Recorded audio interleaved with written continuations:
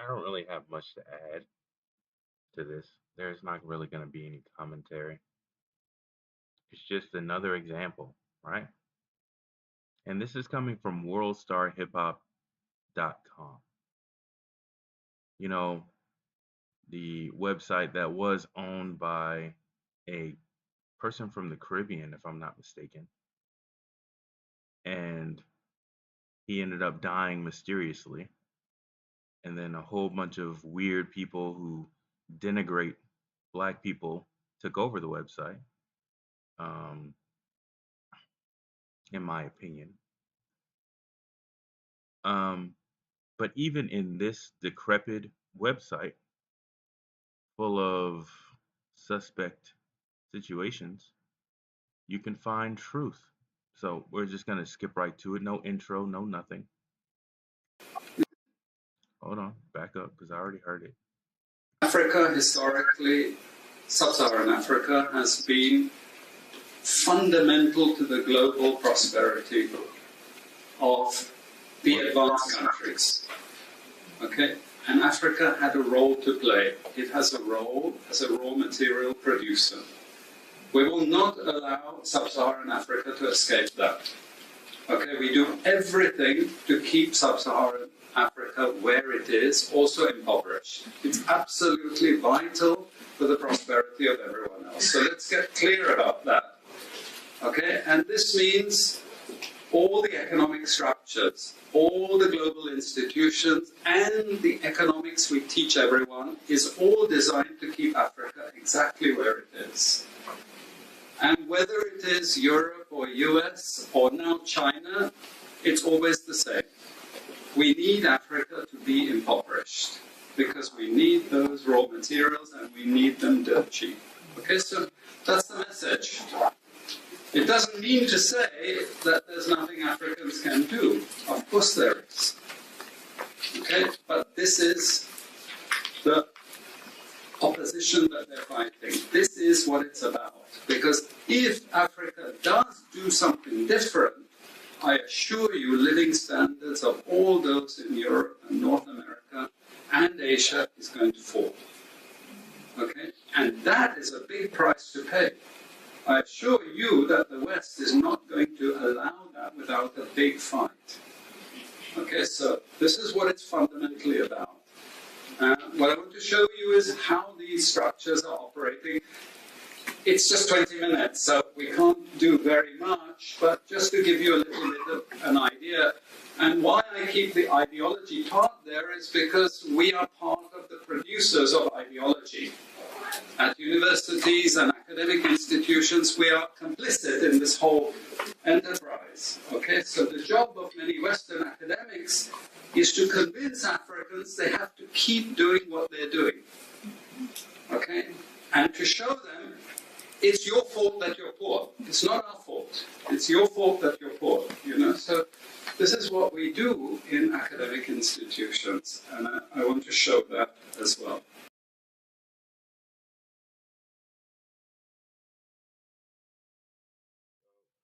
Kwame, Kwame. There's Joe Brown. Um, who else? The Hodge twins. Um, all these, Tommy Sotomayor, all Candace Owens, the Black Authority, Professor Black Truth, Boyce Watkins, Tariq Nasheed, all of these people who push this do for selferism bullshit understand that, this isn't a conspiracy theory when we talk about racism and white supremacy. It isn't like some sort of like, oh, it's equivalent to Bigfoot, right? It's not. I mean, I let it run without really talking, mostly because my microphone is, I don't feel like putting in my headphones. But I'm glad I did because by letting this guy talk in a full sentence, you get to hear the whole damn thing. And I know there's a whole bunch of ratchetness, but truth does break through ratchetness, and this is a very good example of that. So, what he just said was for Africans at the very least, bootstrap levitation won't work. For Africans at the very least, there is a conspiracy theory called a global system of white supremacy, um, defined as the generic goal of the Western countries being sustained by the cheap resources of Africa, something everybody already knows. But what he added was the academic portion of that, the miseducation of those countries, down to the fact of they actually teach them something in the form of economics. So let's say you're a young African who grew up with your country being dirt poor, and you had it as a child that you were going to go to university and you were going to study economics and you were going to bring that back to your country and you were going to try your best to um, bring that back to your country and help those people that are there, right? And as a result, you went over to a university, you studied economics in a Western country or a Western university. You brought all those economics back to Africa, and those economics is what he's just saying is designed to still keep you in the exact same situation. Now, that's on a global scale. Do you think it's any different in the US on a national scale? Do you think that considering descendants of American slaves are the wellspring of cultural advances within this, or wellspring of culture within this country, that they have an incentive to lift us up? When us being the footstool to white poverty, right? A white person can be impoverished, quotes included, considering the majority of them are not.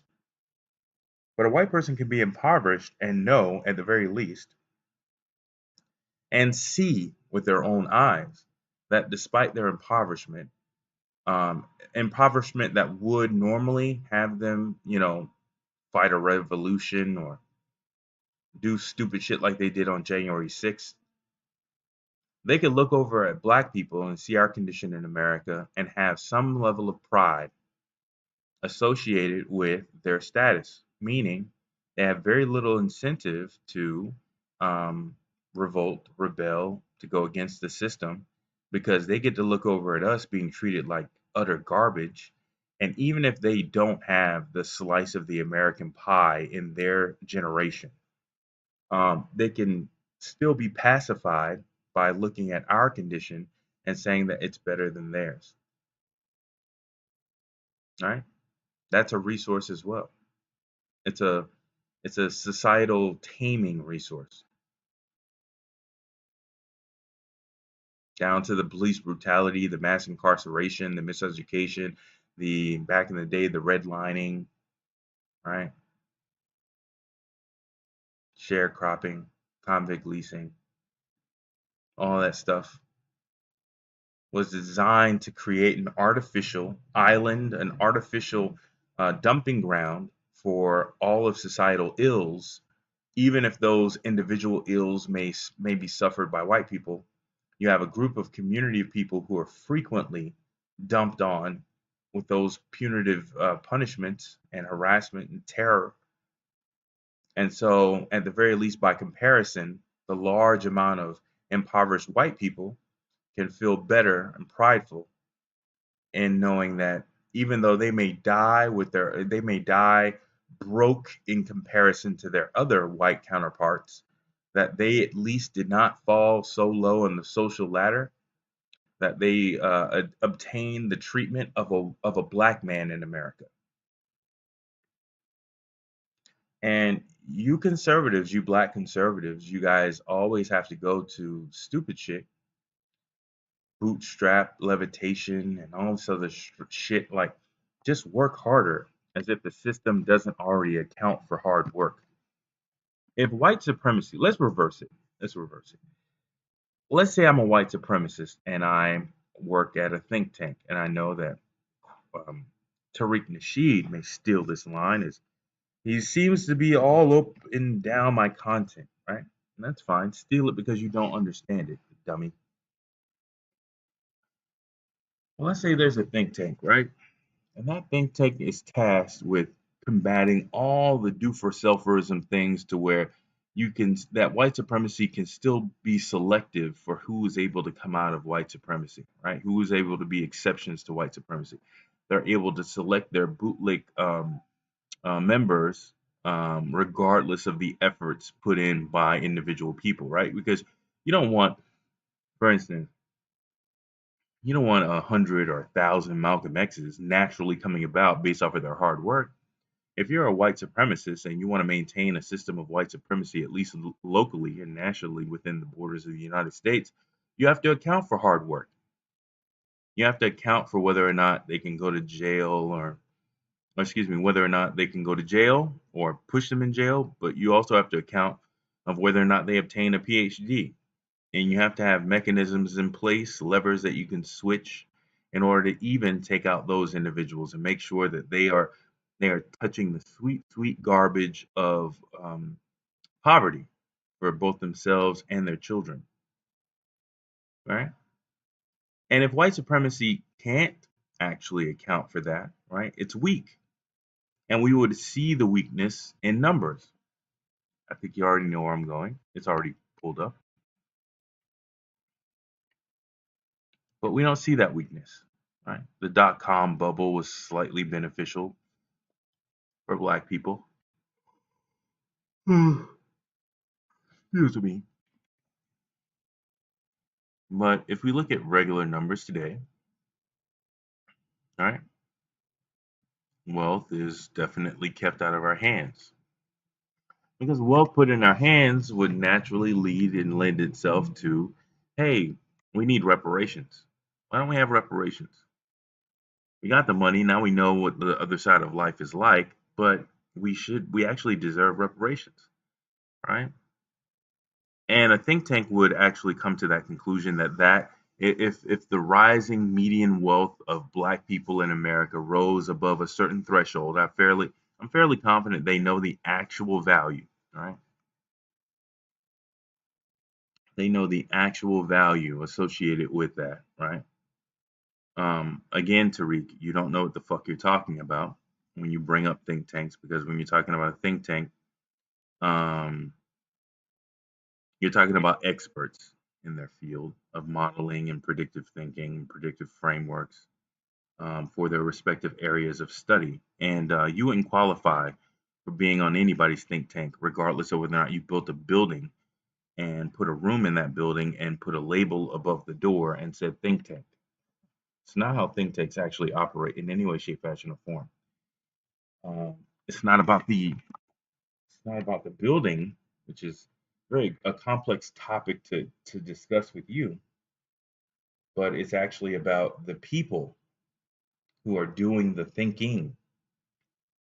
Um, so if white supremacy on that level couldn't account for all of the problems and all of the issues and all of the problems with trying to corral a desperate people, trying to rattle their chains, right?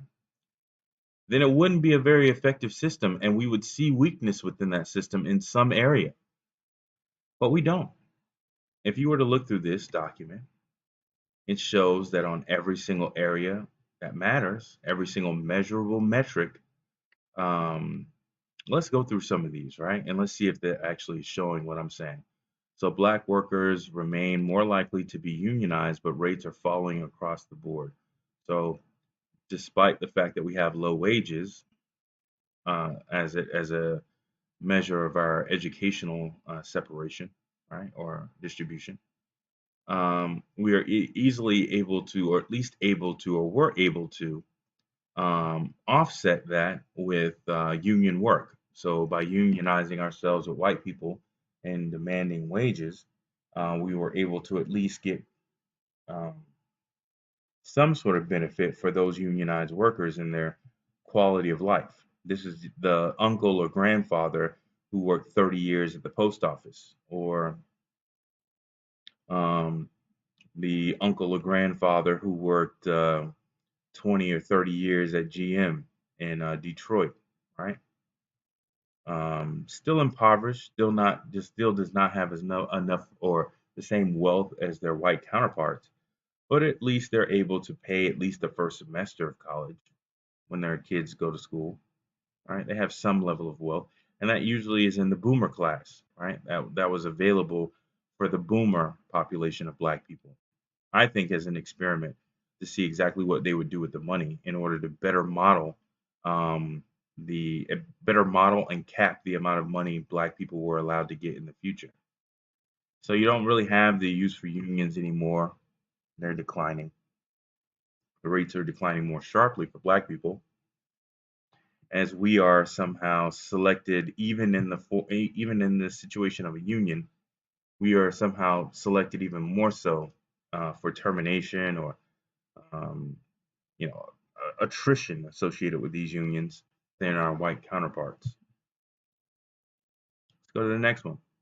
Black families earn far less than white families and all families nationwide, right? So even though we've been here since the founding of the country and before, um, since though we were enslaved and financially impoverished um, as a result of slavery and the lack of reparations after um, post freedom, or I should say post release from private slavery as we entered into a federal open air prison.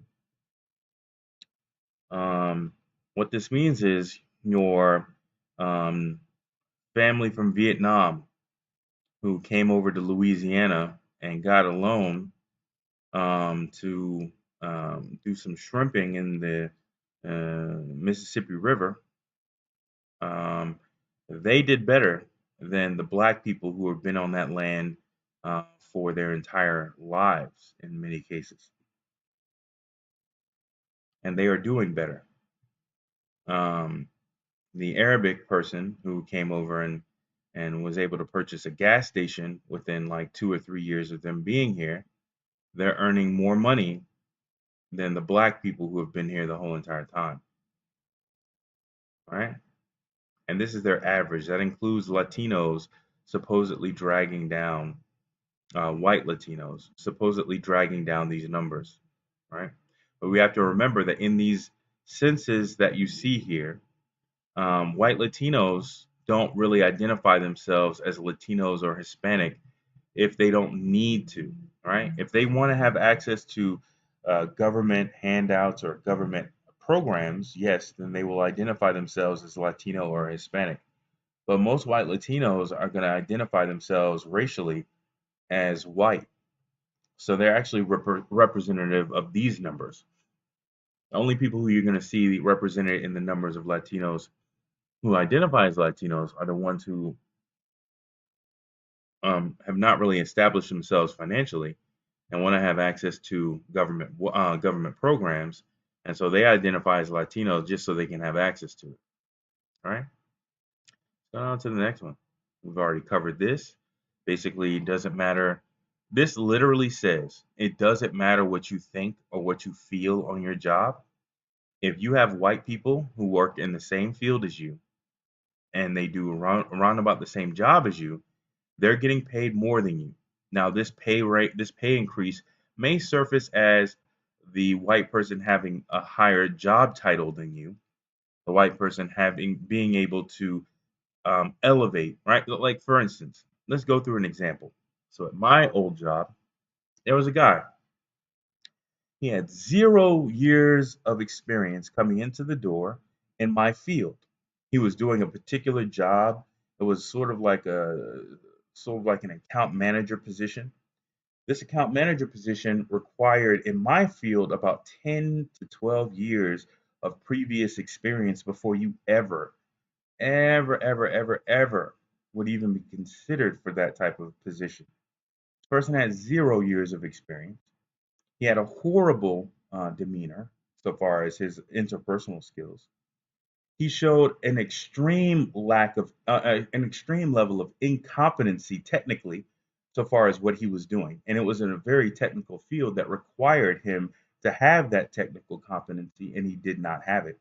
So imagine this: a person is ignorant, and this is universal amongst the people who work with him.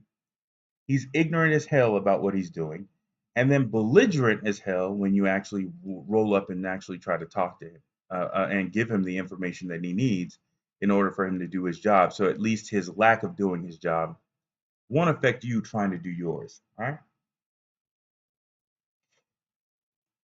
Not only that, reported to HR multiple times, given slaps on the wrist, despite many people stating that if they had to continue interacting with this person, they were considering not continuing their jobs at this job. And this person gets hired on as a a certain level of engineer, right? He gets hired on as a certain level of engineer. Okay. Well, that certain level wasn't the highest level, but it wasn't the lowest level, sort of in between the middle. And so you would think that, okay, well, he's getting paid the same as a black person who would be put into that same situation, right? Well, actually, no, because his pay increases the fact that he's actually even in that job in the beginning, that he actually even has that job. He shouldn't even have that job. When you compare the years of experience in that situation, you compare how many years of experience did this person put in before they were received this job title and before they received the type of salary that they're comparing to their black counterparts, you realize that this person skipped 10 years in the line in order to even have the job, or at least 5 to 7 years in the line to even have the job in the first place. So it doesn't matter if they're getting paid the same as a black person on paper. In reality, they're getting paid way more than a black person because a black person could never come in, both with that lack of experience and also with that lack of professionalism, and still maintain that job. That individual later on, with no project management experience, was elevated to a senior project manager. No PMP certification, those same interpersonal skills called into question, HR complaints still on the books. So if that person is compared in the salary situation to a black person in the exact same position, what do you think is going to happen? Oh, well, this white person isn't getting paid more than black people over here. But again, this person is now in a senior project management role, senior, not a regular, senior with no experience, um, and is getting paid the same as a black person who may have, again, in order to get that senior project management role, may have probably put in another 10 to 12 years. Not to mention the wealth that this person already has, just simply being white in America. All right.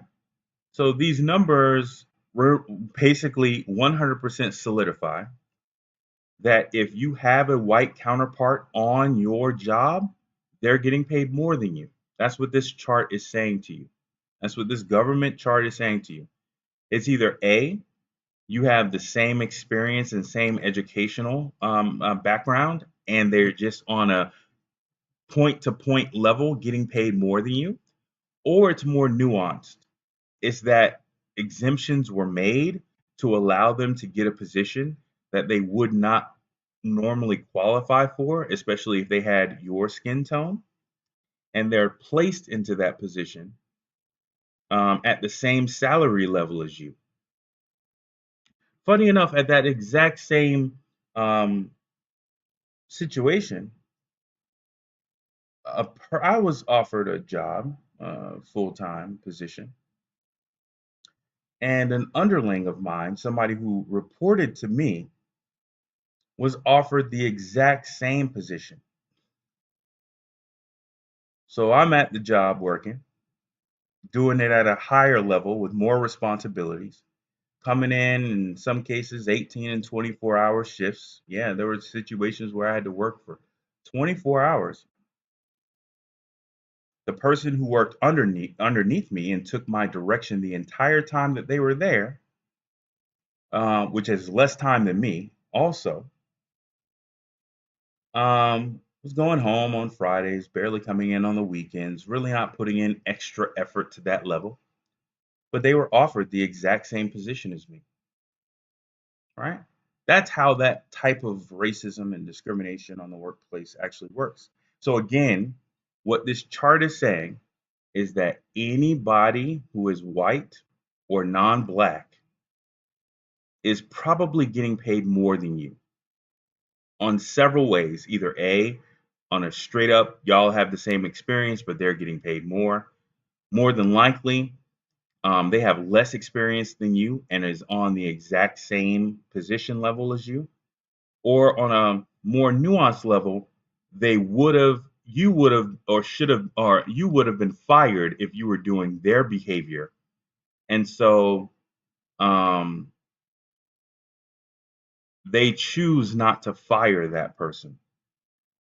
Oddly enough, in another situation, there was another employee who was working at that exact same company as a contractor. He violated his contract in many, many ways. He was listed as a terminated employee or referenced as a terminated employee by his contracting company.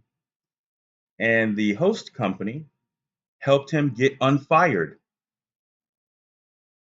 That's another way that you could be in this situation. So combine that with the HR situations, right?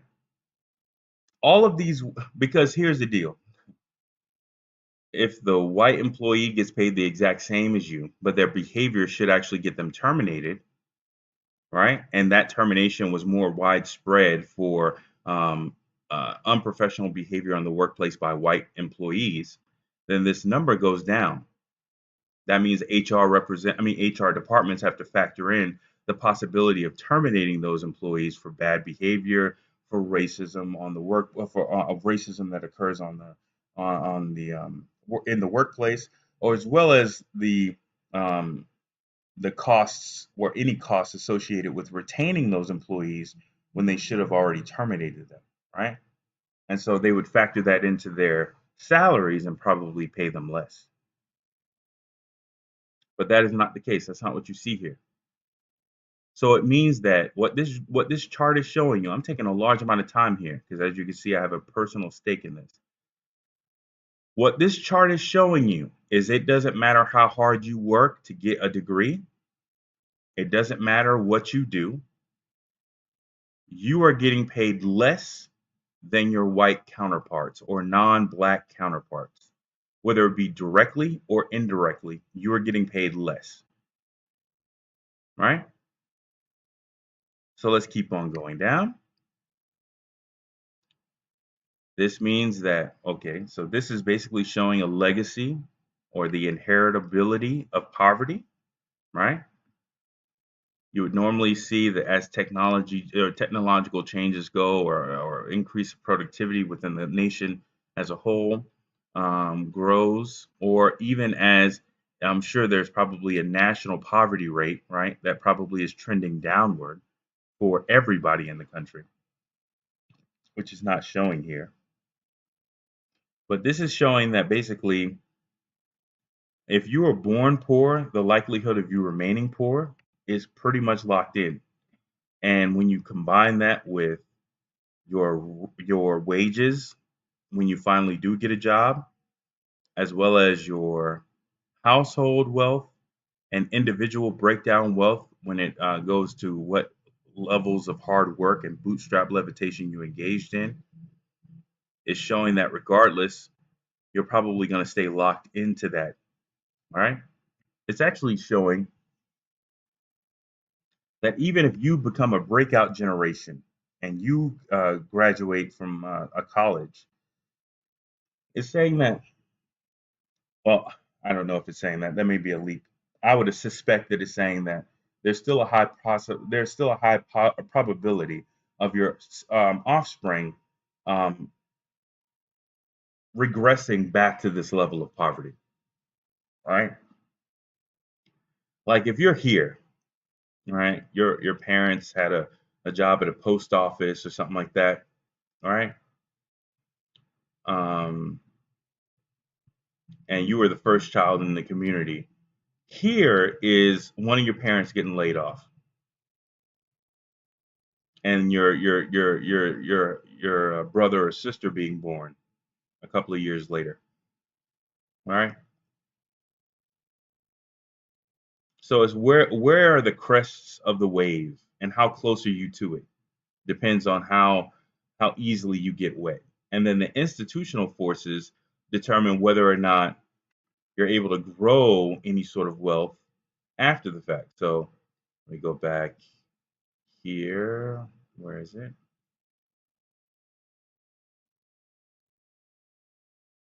Yeah, we already went over the unemployment gaps. Well, I haven't, but it shows that too. But it shows that, okay, well, you were able to raise a child and that child was able to go to college. Well, what this is showing is where they want to raise the bar to. All right. So as this goes forward, it's going to be like, oh, okay, well, maybe some college black people have $30,000 of debt, even though our trend is not upward, our trend is downward.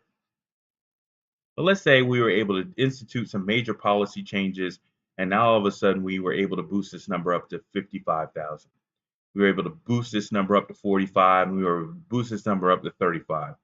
What this number is showing you is that the growth trend is for those individuals to be much higher. For these, by the time this hits 55, these people will be at 150 or 200,000. These people will be in the full $1 million range, right? Of total wealth. That's what this is telling you. The lag behind is baked into the cake. Let's go to the next one. This is all boring, probably. The black ownership rate has not risen above 50% this century, right? So as the economy has gone up and down, up and down, up and down, as we've had these great booms in housing prices that black people should have been able to take advantage of, right? Um, our home ownership rate has remained at 42%, right? In order to take these peaks and troughs out of this graph, you have to do a large amount of work to flatten it out, right?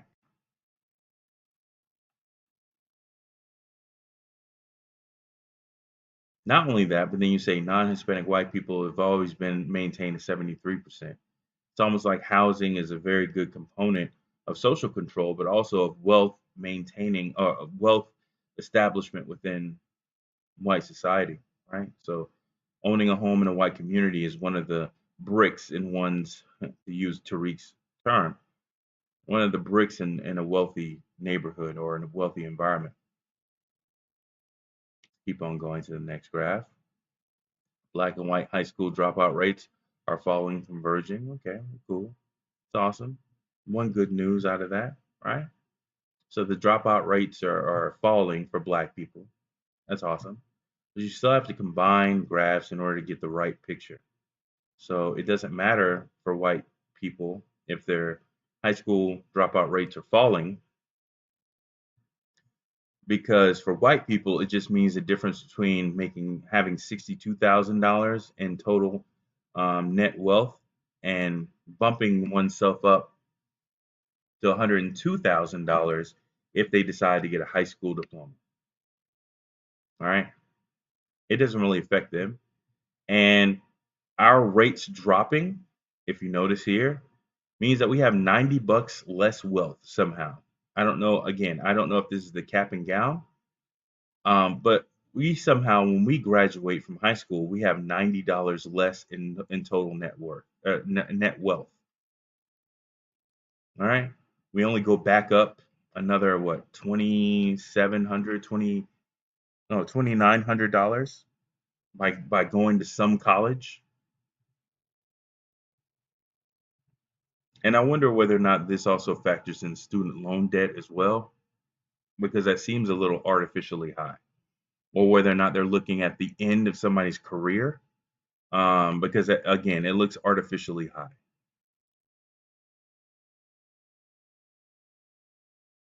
So this rate falling is it just means that we have $90 less wealth because we decided to graduate from a high school as opposed to dropping out.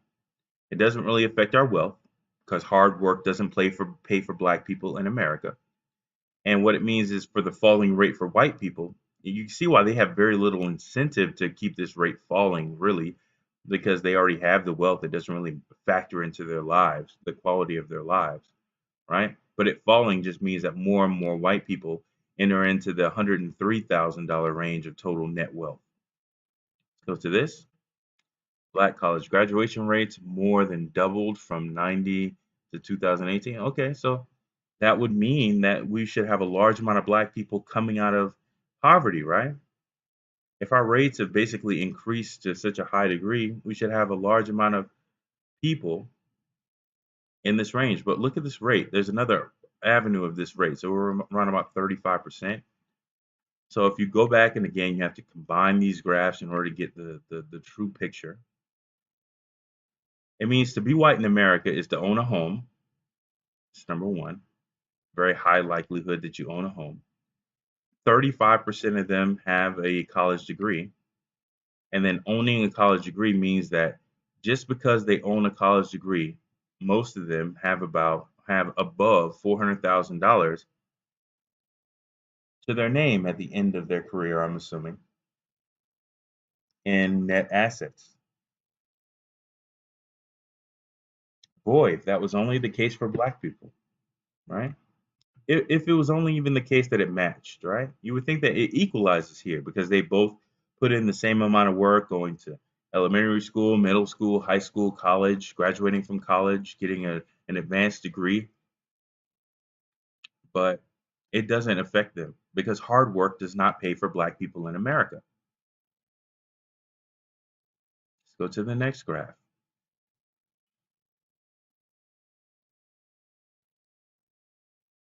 Mm, The next graph is incarceration rates. Yeah, so these reductions come as the result of more than a decade of criminal justice reform directed at ending mass incarceration at the federal state levels, including 2010 Fair Sentencing Act, which reduced the disparity in sentencing between crack and powder. So we're still talking about the 80s, right?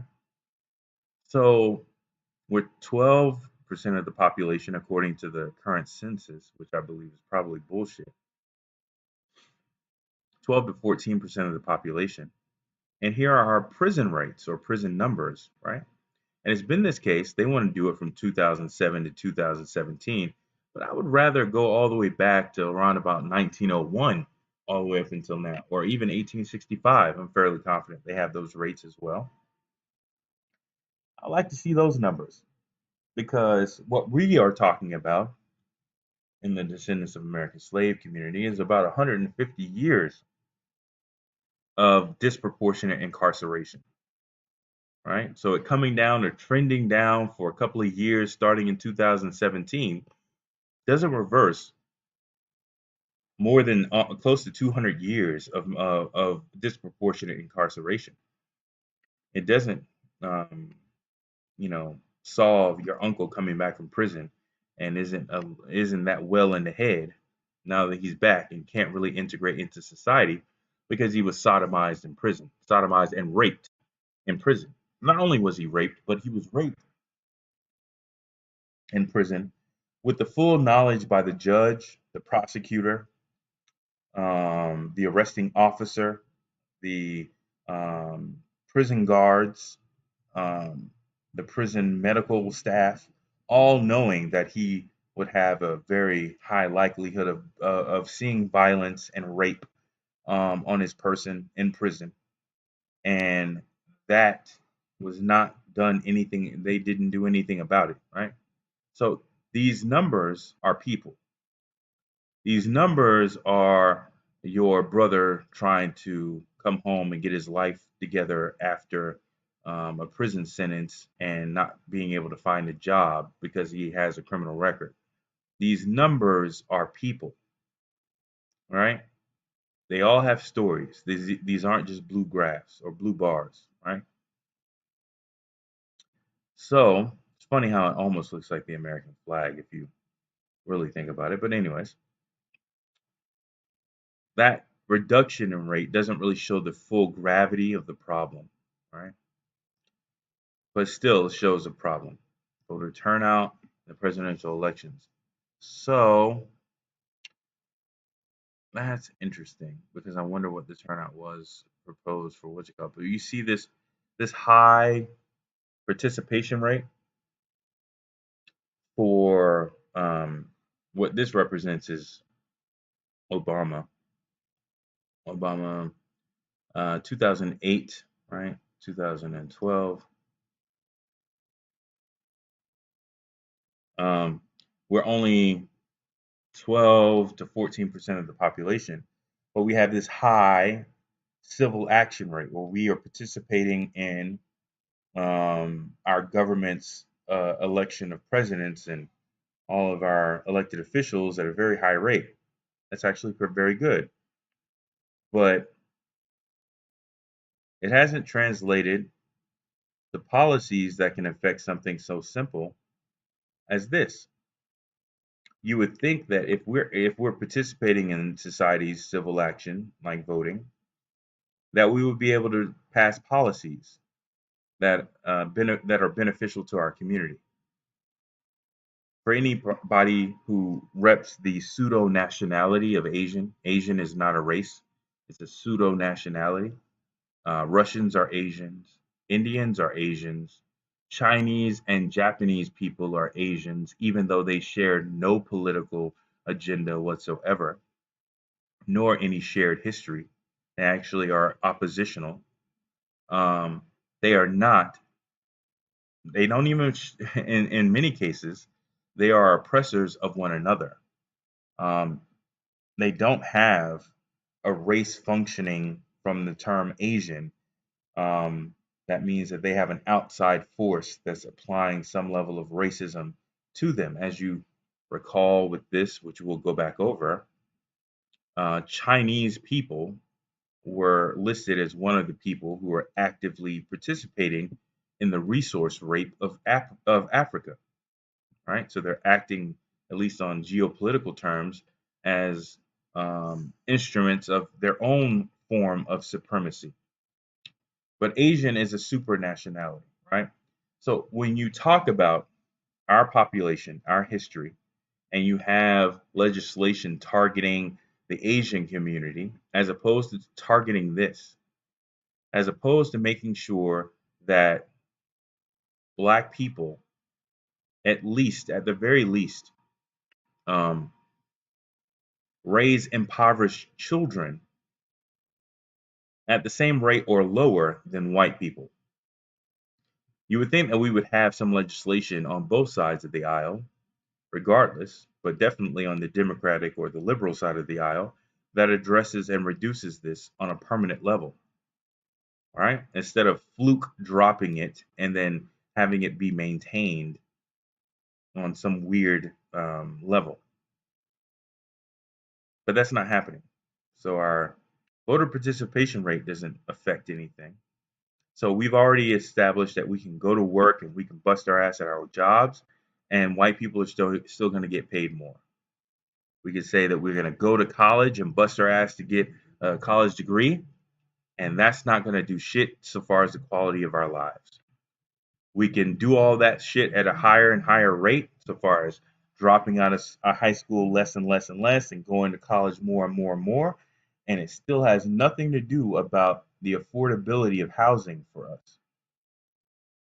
All right, because hard work in America doesn't work for black people, doesn't do anything for black people, as we can see.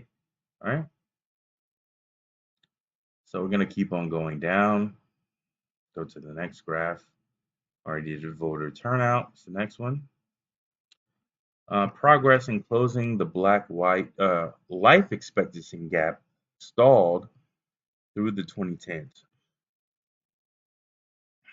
So I'm assuming that this is the actual years that are functionally now. This is subjective in a very clear way.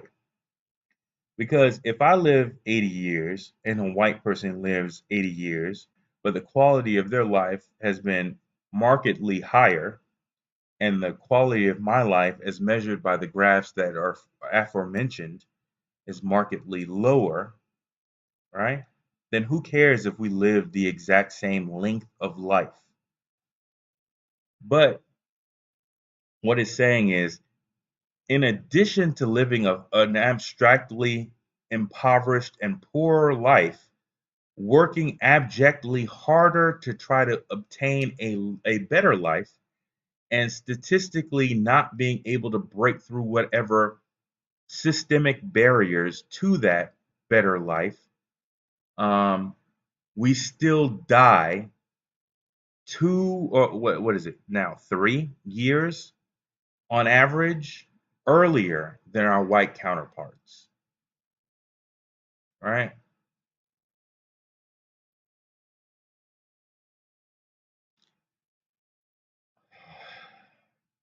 Let's keep on going. Pregnancy-related mortality and infant mortality rates remain much higher for Black women and children, right?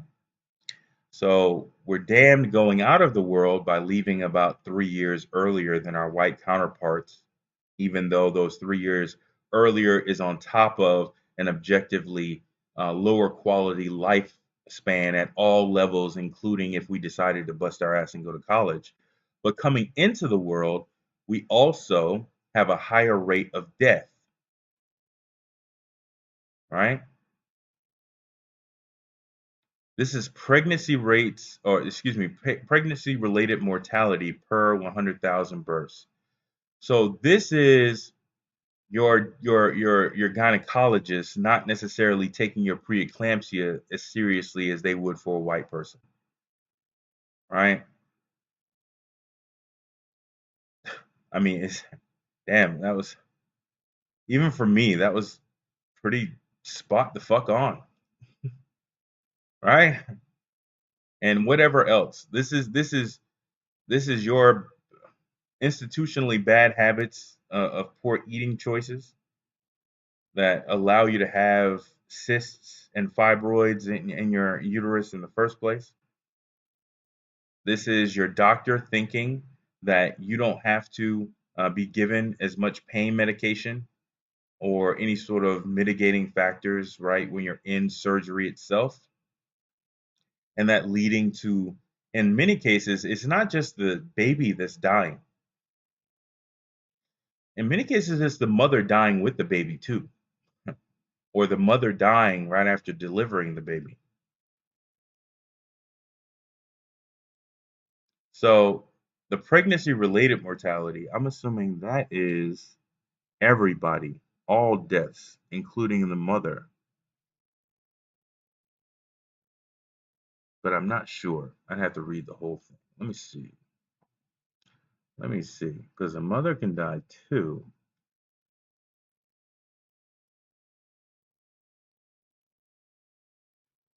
Yeah, exactly. Exactly.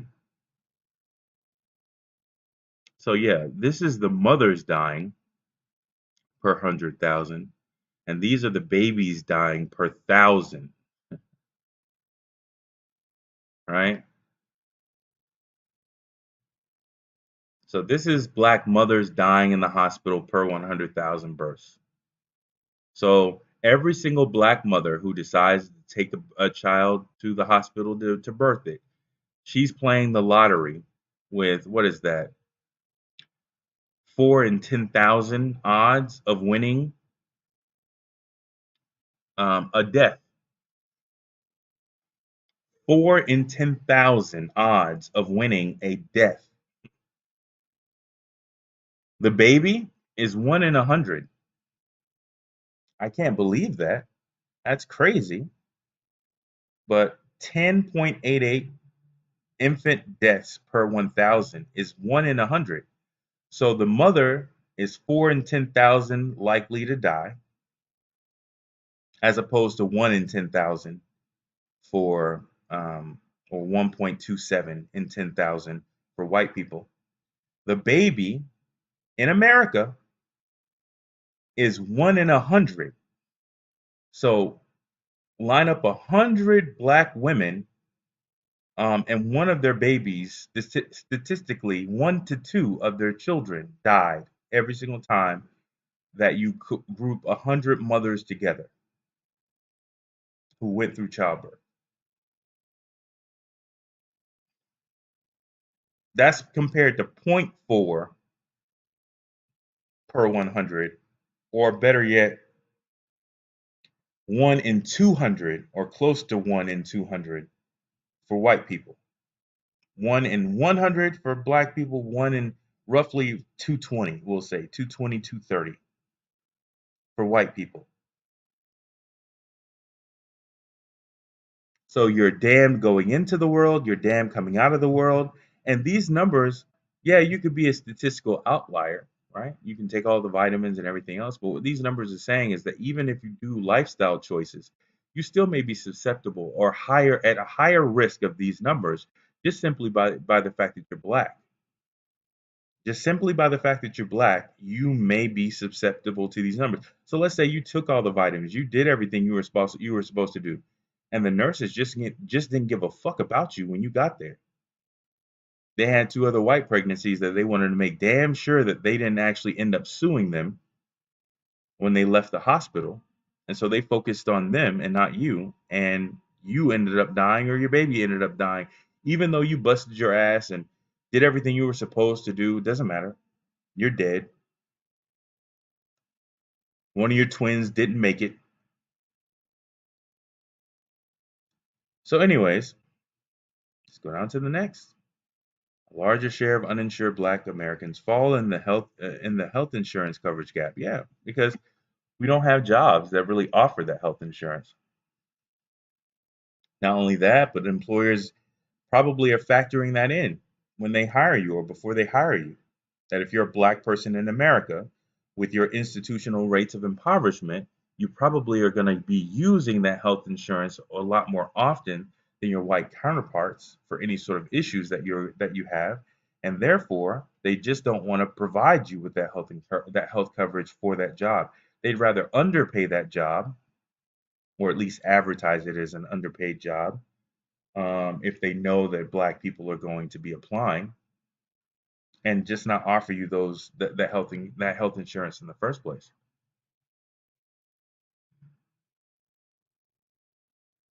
So that affects health, and that affects your 3 years less on the earth. That affects your infant mortality rates.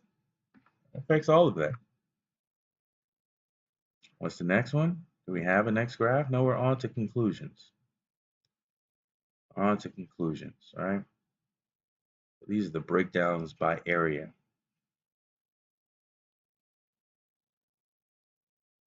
Wow, they did a very thorough job here, at least.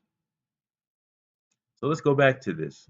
No yelling, no screaming, no hyperbole going on here.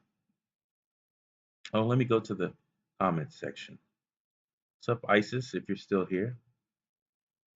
Let me go back. Only if blacks have the same level of hours studied per week as Asians can you say the bootstrap method does not work.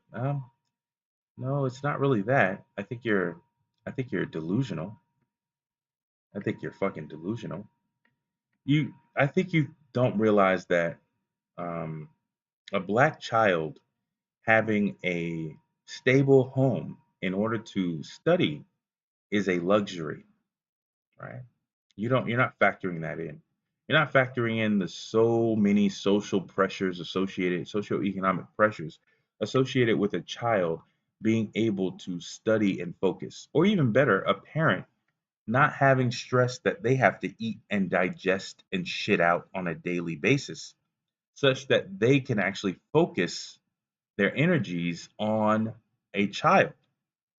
Many black people or black children are raising them their damn selves, or they're being raised by television, or being raised in group, through their friends, right? As their friends mature, the children around them without adequate parenting in the home are being forced to sort of mature at a retarded rate. I don't mean retarded as in mentally handicapped. I mean retarded in the actual sense of the word. But they're growing in maturity at a retarded rate. But they are growing in maturity, but only just simply because their friends are. I think you're not factoring that in, right? Asian parents come in with a certain socioeconomic level, which is odd considering most of them are second, third, and fourth generation to this country. And we are, in many cases, 40, 50, and 60, well, at least 20 and 30 generations here, right? Um, did I do the math on that right? 400 years, 20 years. Yeah, about 20 generations deep. Yeah, about 20 generations deep. We'll say 15 to 20.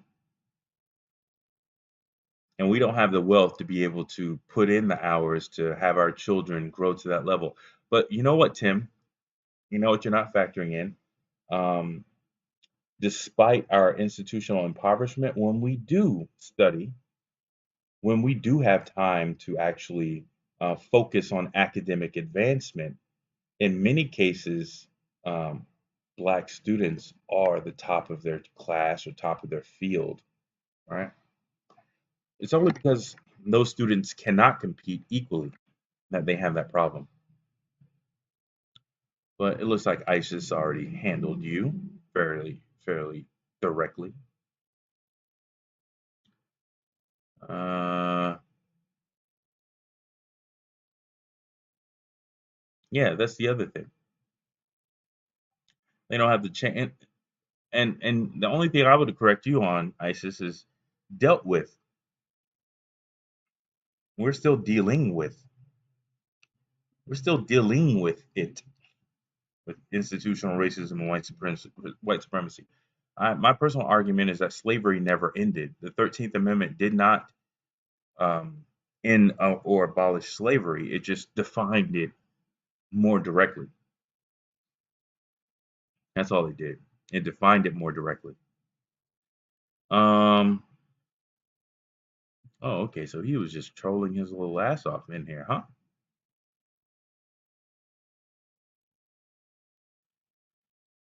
But anyways, so let's go back to this little professor here, and let's see what he has to say. Because Kwame, in his bootstrap levitation, his do for selferism, doesn't allow him to believe that on a national level there could be. And I know, Tariq, I know you saw this as a buzzword. You think tank is synonymous with a conference room. You don't realize what a think tank actually is or what functions it serves. It's hilarious, that level of ignorance. But what he's saying is that such interlocking think tanks are able to come together for or excuse me, for global foreign policy, global collective foreign policy, even amongst enemies or stated enemies. Such a policy can be implemented uniformly against Africa. Well, I would think that those interlocking countries are able to be so confident in executing such a global foreign policy because they have perfected it domestically, specifically the American government, which has the direct experience of chattel slavery.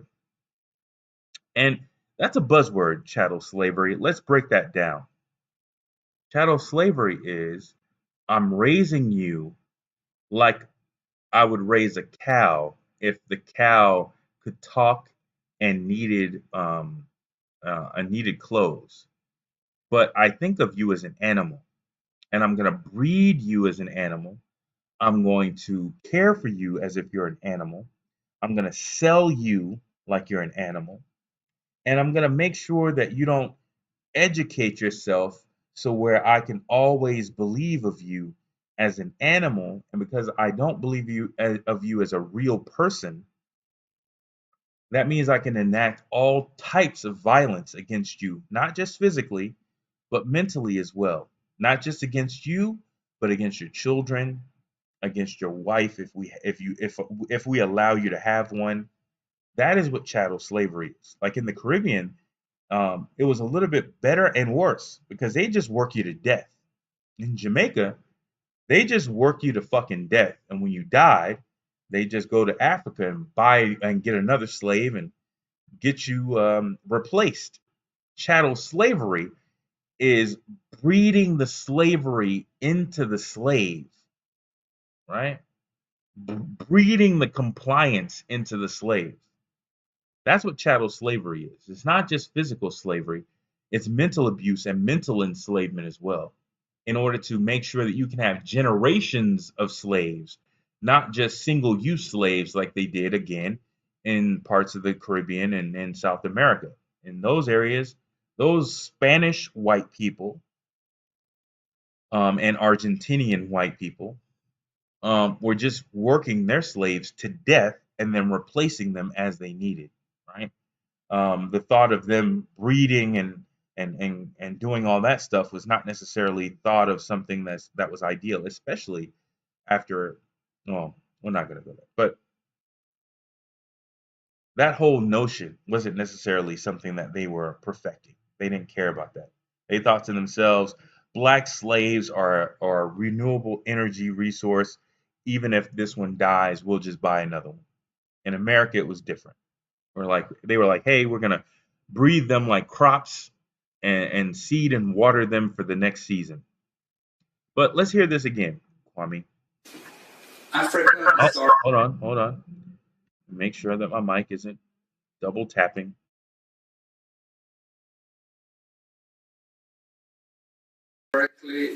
Sub-Saharan Africa has been fundamental to the global prosperity of the advanced countries. Okay?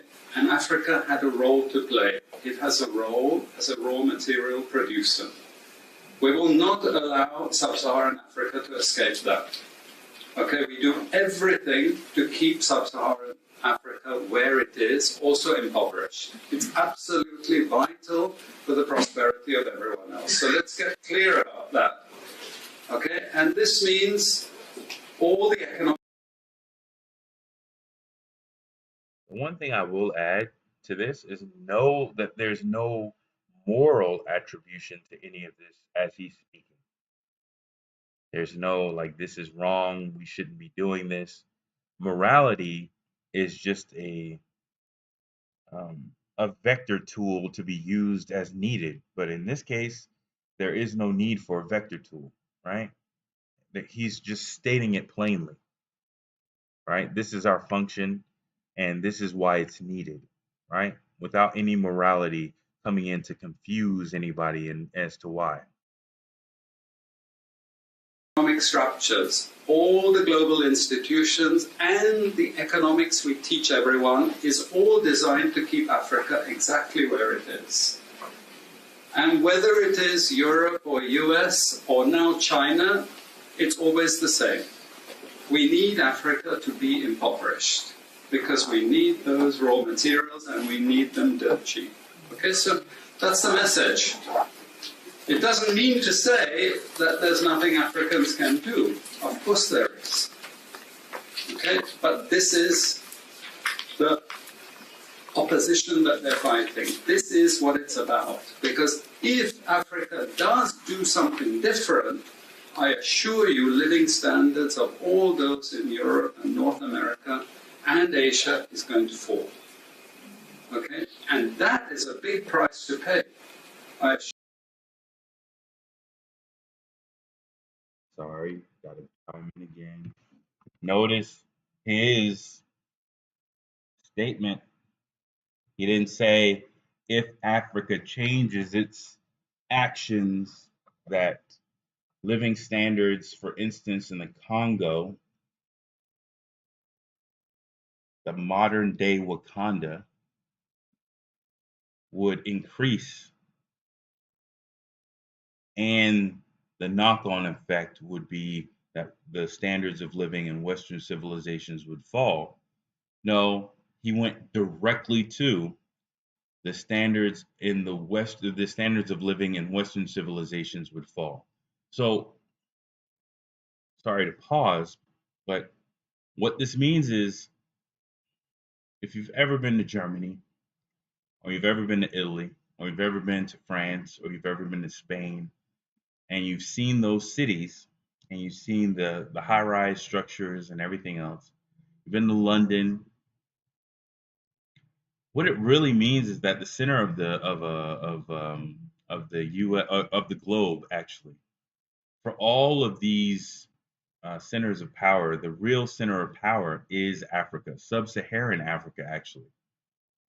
What it's saying is, or what he's saying is, Europe and all these other countries that blood suck off of Africa um,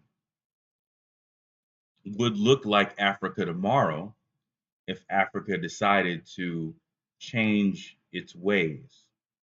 And that Africa, in turn, would look like Europe. London would be in Europe.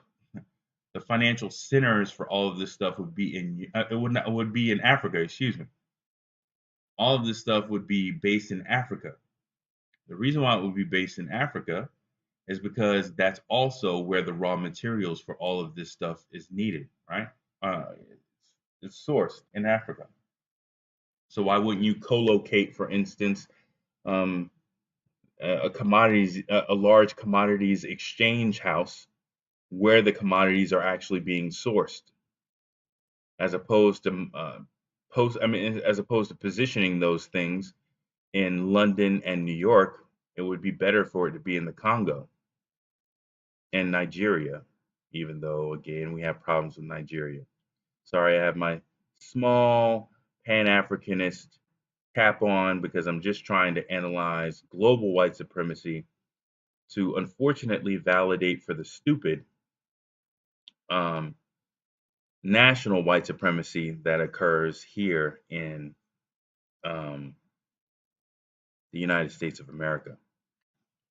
So let me back that up a little bit. Just keep that in mind. His point of view as a white person is amoral and still in support of that global system of white supremacy because his aims or his focus on the consequences is not on the positive consequences or even any positive consequences on the people of Africa. It's only on the negative or potential negative consequences of the people of Europe. Just keep that in mind. Just back it up. All those in Europe and North Oh, America hold on, hold on, hold on. and Asia is going to fall. Okay? And that is a big price to pay. I assure you that the West is not going to allow that without a big fight. Okay, so this is what it's fundamentally about. What I want to show you is how these structures are operating. It's just 20 minutes, so we can't do very much, but just to give you a little bit of an idea.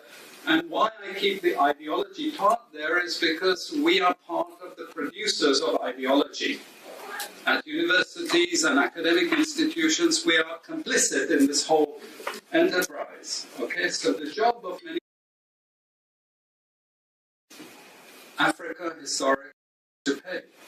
I assure you that the West is not going to allow that without a big fight. Okay, so this is what it's fundamentally about.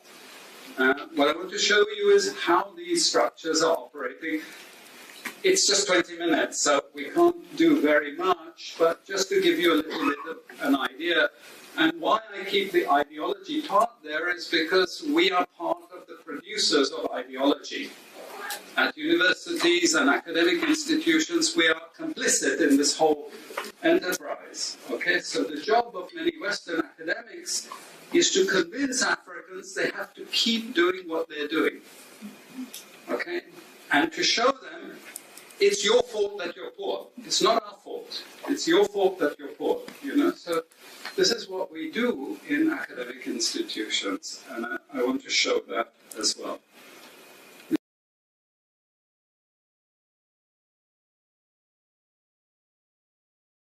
In that I got to find that full uh, thing. But listen, Kwame, I know you didn't pay a large amount of attention in high school because you were focused on maximizing the fact that you were genetically tall in order to be selected by a white man in order to play a game. Um, and so critical thinking doesn't really come a large amount to you very, very easily. And thinking about global systems doesn't really come to you very easy. And you never actually worked a real job. So, when I talk about white supremacy and institutional racism, for instance, something that majority of black people experience the majority of their time on a job, right? When we're talking about racism and white supremacy, a large amount of our touch point for that experience is on our jobs, right? And you were the black man that was feeding a large amount of white people. So, of course, they were kissing your ass, and therefore you have a different opinion of whether or not those white people were in support of a system of of national or even global white supremacy. So when somebody tells you about that, it's very hard for you to understand it clearly. Um, but at the end of the day, I'm hoping that it becomes a little bit more clearer to you. I've decided to do the other video, and I had to handle some other things with that bitch Kwame, and not Kwame, but yeah, you're a bitch too. But Tariq Nasheed, which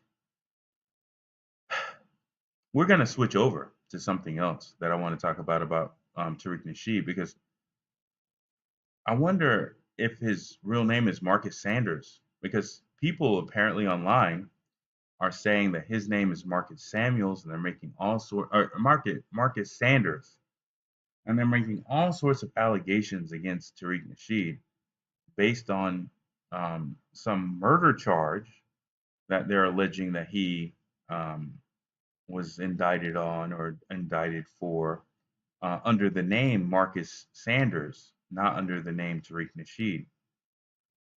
So we're gonna go there for a second as well. But I wanted to take out time for you, Kwame, because you seem to be faking, or at least trying to fake, in my opinion, some sort of, you know, I'm a rebel status, and YouTube is blocking my ability to do certain things, and see that means I'm on your side if YouTube is against me, right? And I'm calling out YouTube being against me, that sort of bullshit. You even got self-talk doing the same sort of stupid shit. Listen, you were on an interview with Tommy Sotomayor, and you somehow are still on this platform, you and him. You somehow have not violated community guidelines by the shit that you've spoken out of your mouth thus far. Don't ever think of yourself as like, oh, well, YouTube is against me. You are a tool of YouTube, sir. You are a creation of YouTube.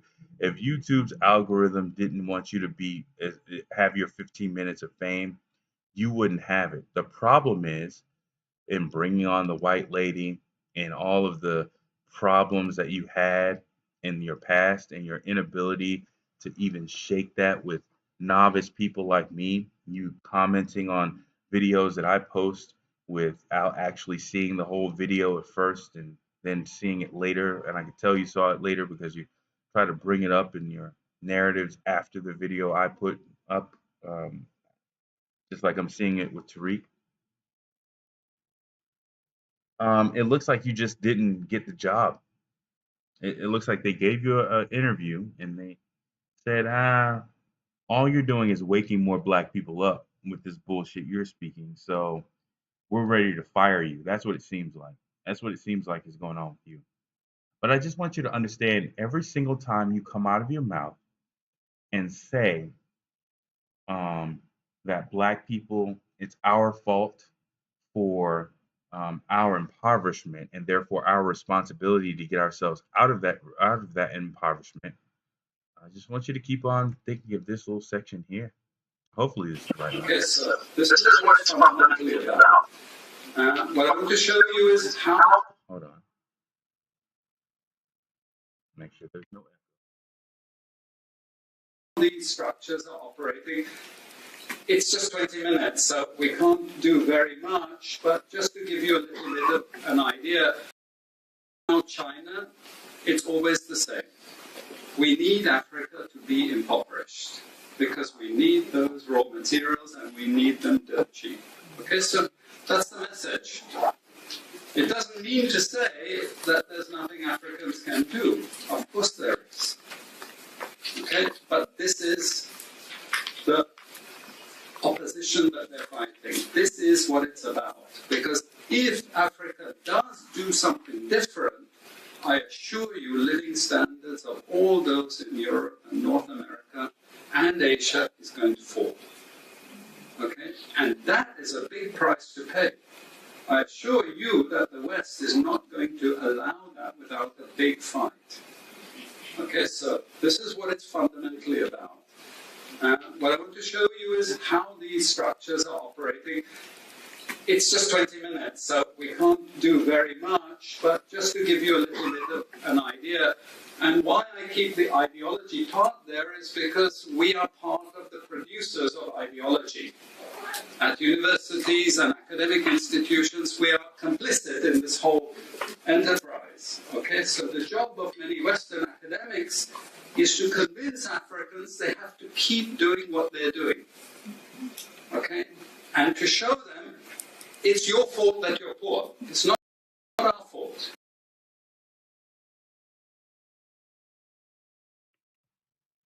So did you hear that, Kwame? So when I say that you're a tool of white supremacy, there is an actual academic framework to define you clearly as a tool of white supremacy. So when you come out your mouth and you say black people just need to do this, black people just need to do that, especially when it comes down to coding, because I put $11,000 of my money where my mouth is well before your 15 minutes of fame. And I can tell you that dealing with all of the other racism and white supremacy I had to deal with, it's very difficult to focus on coding a website.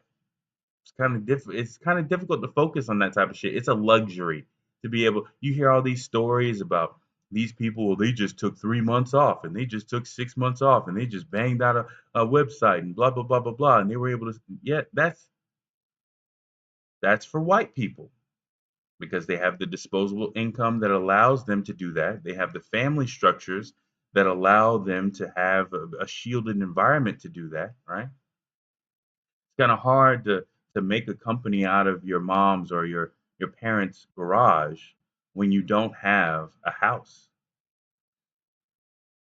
When your parents don't have a house, it's kind of hard to do that, much less a garage, right? So when you're out here spewing this bullshit, you are doing just like this person is saying academics do to Africa. You are being a tool of white supremacy.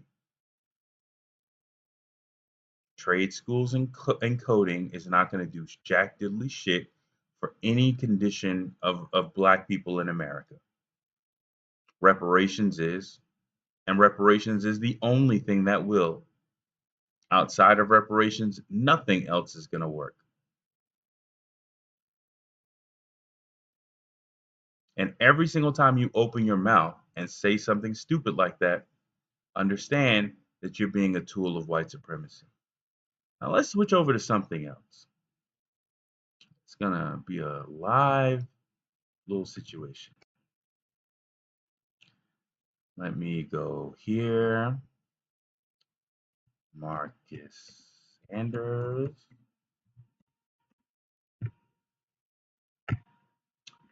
Let me go here. And see, the problem with this is this stuff is like out here. All right? This stuff is like out here, out here, out here, out here, out here, right? Out here, out here. And nobody's done anything about this. This is very odd. This is very weird to see this, right? About Tariq Nasheed, potentially Marcus Sanders. So apparently, people are saying that Tariq Nasheed's real name is allegedly Marcus Sanders. And what they're saying is allegedly back in the 90s or late 90s, he was convicted of murder and released. And they're saying allegedly he changed his name to Tariq Nasheed after that. And these videos, as you can see, are pretty old, but they're pretty damning. This one in particular is pretty damning because it actually goes over the court documents, or allegedly it goes over the court documents for a Marcus Sanders and details his exploits in Detroit, Michigan, where the alleged murder took place. Now, of course, I don't have these actual documents, nor do I have any proof that Marcus Sanders and Tariq Nasheed are the same person. But the reason why I'm highlighting this slightly is because these allegations have been posted on YouTube for almost a year in this case, 2 years in this case.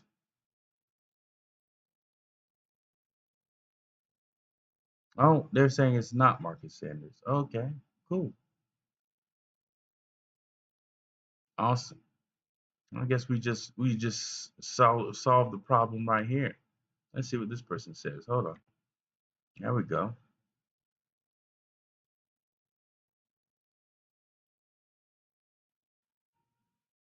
Oh, can't hear shit. Okay, it's just doing the what's it called. Uh, oh, okay. So this is Marcus Sanders. All right, well, cool. Well, it seems like, well, what needs to happen is these individuals need to take down their stuff. Looks like we solved and cracked the case. Awesome. That's why it's important to always use allegedly. But anyways, I was gonna go completely the fuck in if that was the case. But anyways, looks like it's not. Let me go to the newspaper. Let me see. Go directly to the link. Do do do do. It's like we cracked the case real time. Yep, not the same person. There we go. Boom. I guess we'll just fall back on my other criticisms of Tariq Nasheed, but at least we cannot say, thankfully, we cannot say that he is a murderer. Mm,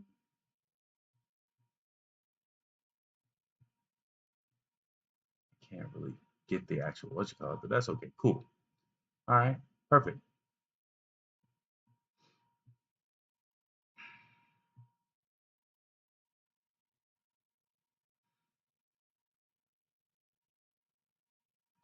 Nah, it looks like it's not the case, so that's cool. That's cool. But I'm glad I did this video as opposed to the other one because I was about to just screen record the other one, making the accusation. But it seems like it's not the case. It looks like this guy is Marcus Sanders, which is awesome. Well, it's not awesome because this person is a piece of shit. What was alleged is that he basically shot somebody in the head and then tried to coerce the or shot somebody at a gas station and then tried to coerce one of their family members to not testify. I think he ended up killing another person too. I'm not sure, but this seems to be the Marcus Sanders that is being referenced, not Tariq Nasheed. So there we go. We cracked the case.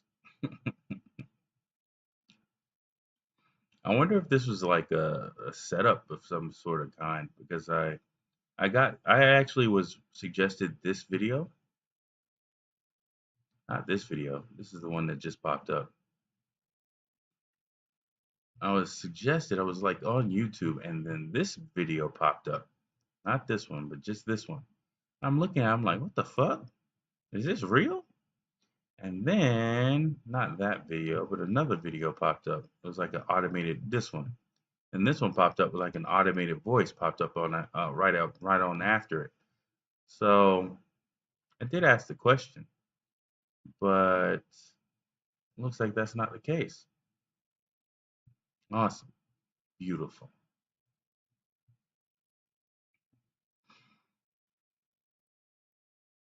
Yes,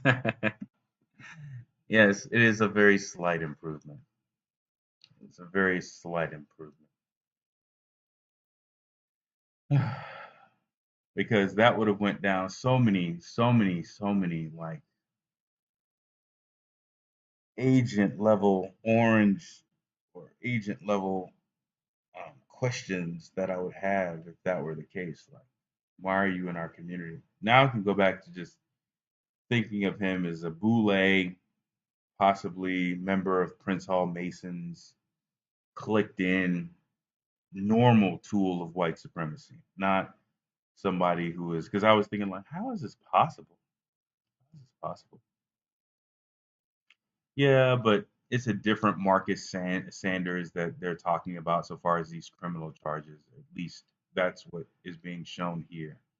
So I was thinking that I was at least asking the question of whether or not, based off of this video, because this video directly states that Tariq Nasheed is this Marcus Sanders, or at least alleges that Tariq Nasheed is this Marcus Sanders, and then tries to go through the court documents of this murder and tries to say that this is Tariq Nasheed. But it looks like this newspaper clipping says that Marcus Sanders is actually this individual right here, not um, this individual right here. So at least that's somewhat of an improvement. Like I said, I mean, this Hidden History Museum is obviously going to be refunded unless the Miracle Action Network goes on. We've already discussed all of the what you call it issues associated with that Hidden History Museum. But it seems like I don't know. Seems like a potential setup in that situation because I swear I was thinking about, oh, let me just go ahead and do a whole little video on this. And I was like, nah, I don't think I should. I'll dovetail this with that, but I don't think I really am gonna do that. Not just yet. And I'm very glad I did not. Gotta hold out some benefit of the doubt for people. Because you go all full cock diesel with all allegations, that's how you end up getting sued. What's up, Akura? Right? So what topics are you guys on your mind? I mean, what are y'all thinking about this? I mean, my thoughts are pretty clear on this. I believe a large amount of these people are tools of white supremacy. All right. Um, I feel as though they're all. Oh, you want to talk about the vaccine? Okay. What do you want to talk about the vaccine? What's on your mind about the vaccine? What's your concern?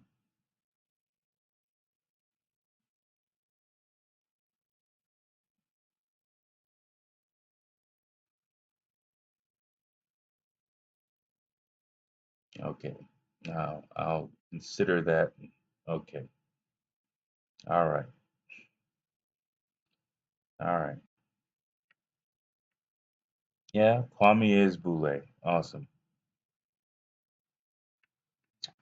But I don't know where we go from here, man. I'm at a certain age of my life where I thought I was gonna have like a midlife crisis to a certain degree, but actually at a certain age where I'm realizing like, oh, so this was the game all along. Oh, listen, vaccine is targeting our people. All I can tell you is that I don't plan on injecting anything of an experimental nature into my body. Um, the main concern that I have is the myocarditis that is possible with any sort of vaccine like that.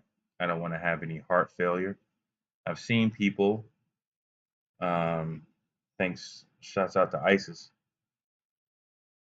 who have underwent amputation as a result of heart conditions associated with any sort of injections. And so I deem the risks associated with that to be too great of a risk for a potential reward like that.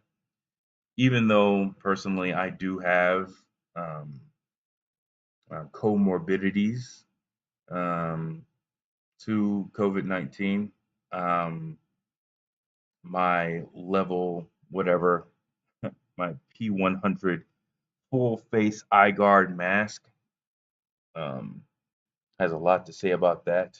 Um, but yeah, I think the quality of my life is better, even at the risk of losing it to COVID 19, um, as opposed to being debilitated for the rest of my life from a vaccine. So that's just my own personal belief. You guys have to make your own personal decisions, right? But that's my own personal belief.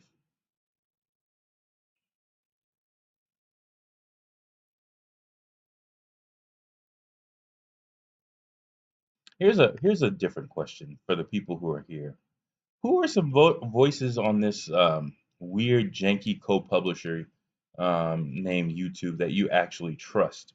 Who you feel as though is bringing up topics associated with like black empowerment that is actually doing a good job? Irony, in my opinion, fluctuates back and forth, right?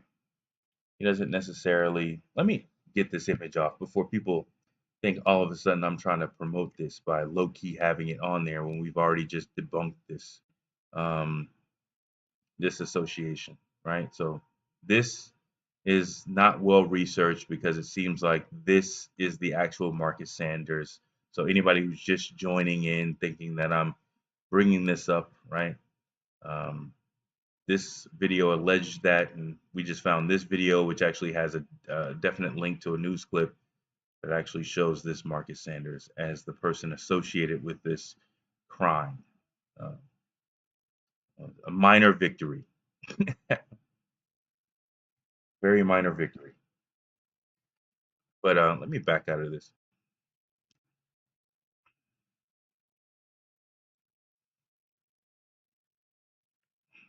Hmm, that's weird. Why are you showing me this? Well, good for you. Good for you. But anyways, what visual can I have? Let's just go back to this one, even though I really don't want to promote World Star. But again, the question on the table was, yeah, exactly. I saw that where she had to get her hands amputated as well because they were already necrotic. The tips were already black, um, which I don't know how the hell she dealt with that. Um, she has to be suicidal at this point now. But who are the voices? Yeah, exactly. That's what it seems like to me as well. It seems like the smaller channels are spitting a lot more truth. Now they do go a little bit further off the hinges when they do go off the rails, in my book or in my opinion. But the smaller channels seems to be it seems to be on point. It seems to be where it's at. Yeah, exactly. I don't know how much money these people are selling out for. I think these people are like selling out for like $1,200. Something something very small, which wouldn't surprise me considering the number associated with our wealth. I think that they're selling out for something extremely small.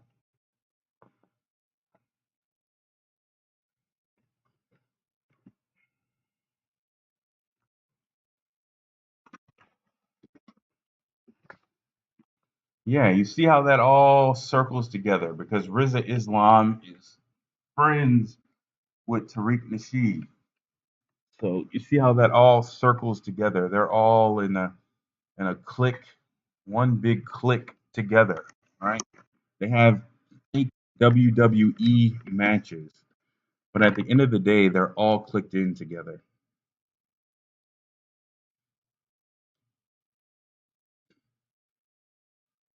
Hundreds of thousands. Wow. My integrity is worth a hell of a lot more than hundreds of thousands, but if that's what they are selling themselves for, good on you. I guess you're always gonna sell your soul. I guess the same type of people selling themselves on YouTube would be the same people in a pinch sucking somebody off in a alleyway. So at least they're doing something respectable, like YouTube, as opposed to that.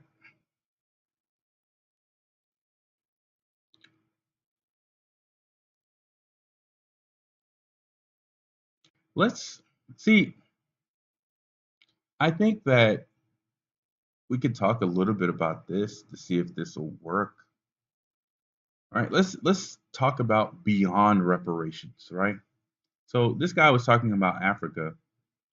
Do people or do you guys believe that post reparations that a large amount of black people will move back to Africa? Or do you think that they would try to, like for instance, Yvette Carnell and all these other people who at least try to have a grift angle associated with reparations loosely, even though they are showing themselves to be extremely ineffectual in their advocacy? Do you feel as though they'll just take their stuff to like other countries and try to get a reparations movement started there? Or do you feel as though a large amount of black people would move back to Africa? What do you think the state of black relationships would be with the large infusion of money? Like, what are y'all's thoughts on that? Uh-oh. Who calling me this hour? What the hell?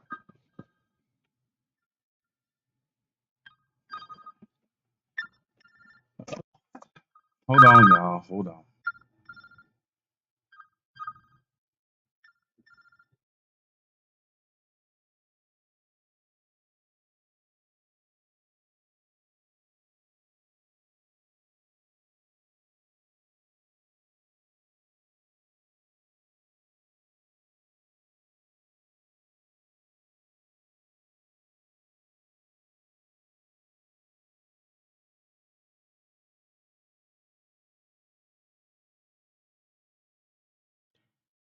All right. False alarm.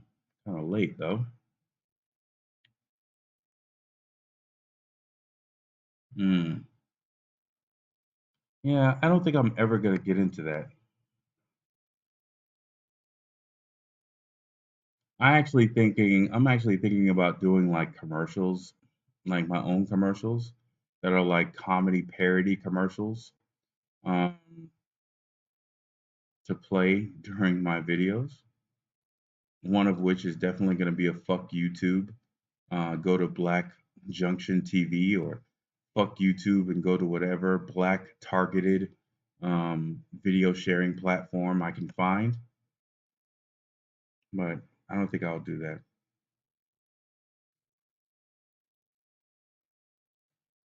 Hmm. Well, I don't know. I foresee it being coming from a state of weakness, right? I foresee it coming from a state of like, oh, well, we better hurry up and do this, or else we're gonna have consequences over there, and it's gonna be rushed and half-assed, right? Um, my biggest fear is that as reparations becomes more and more viable, you have more of the bootleg class getting on board, right? Like, if reparations starts to become viable, do you really want Roland Martin in the room? Because you know he's going to be in the room. Like, do you want Jesse Jackson in the room if he's still alive? Right? Do you want Al Sharpton in the room if he's still alive? Right? These are the people who are unfortunately are going to be in the room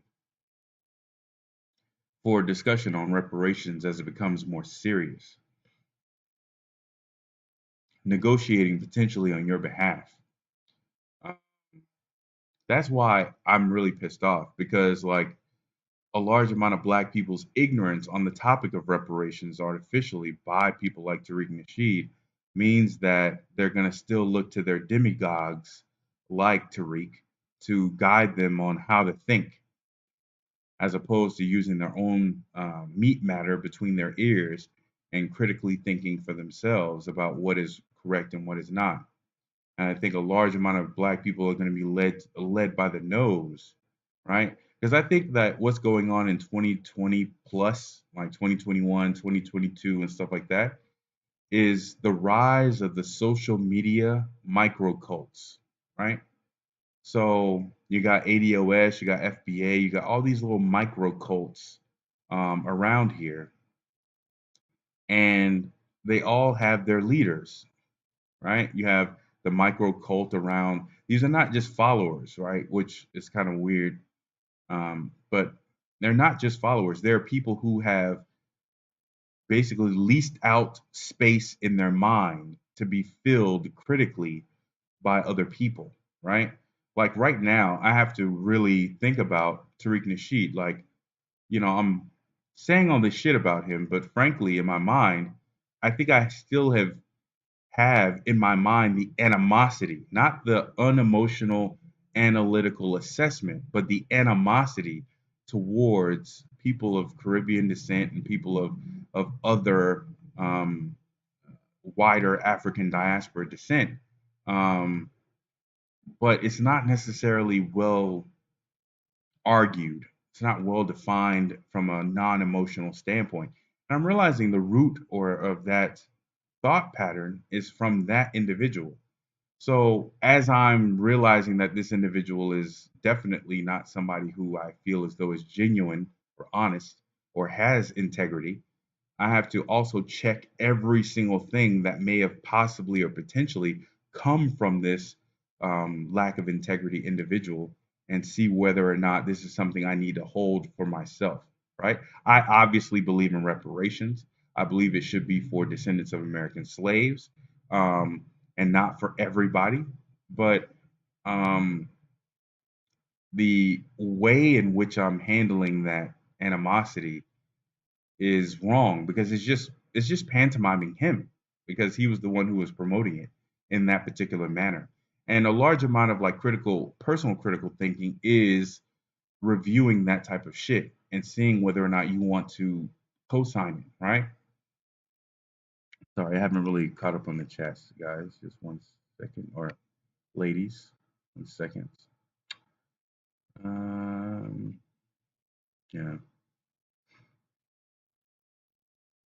No, they're not. Yvette and Tone are not.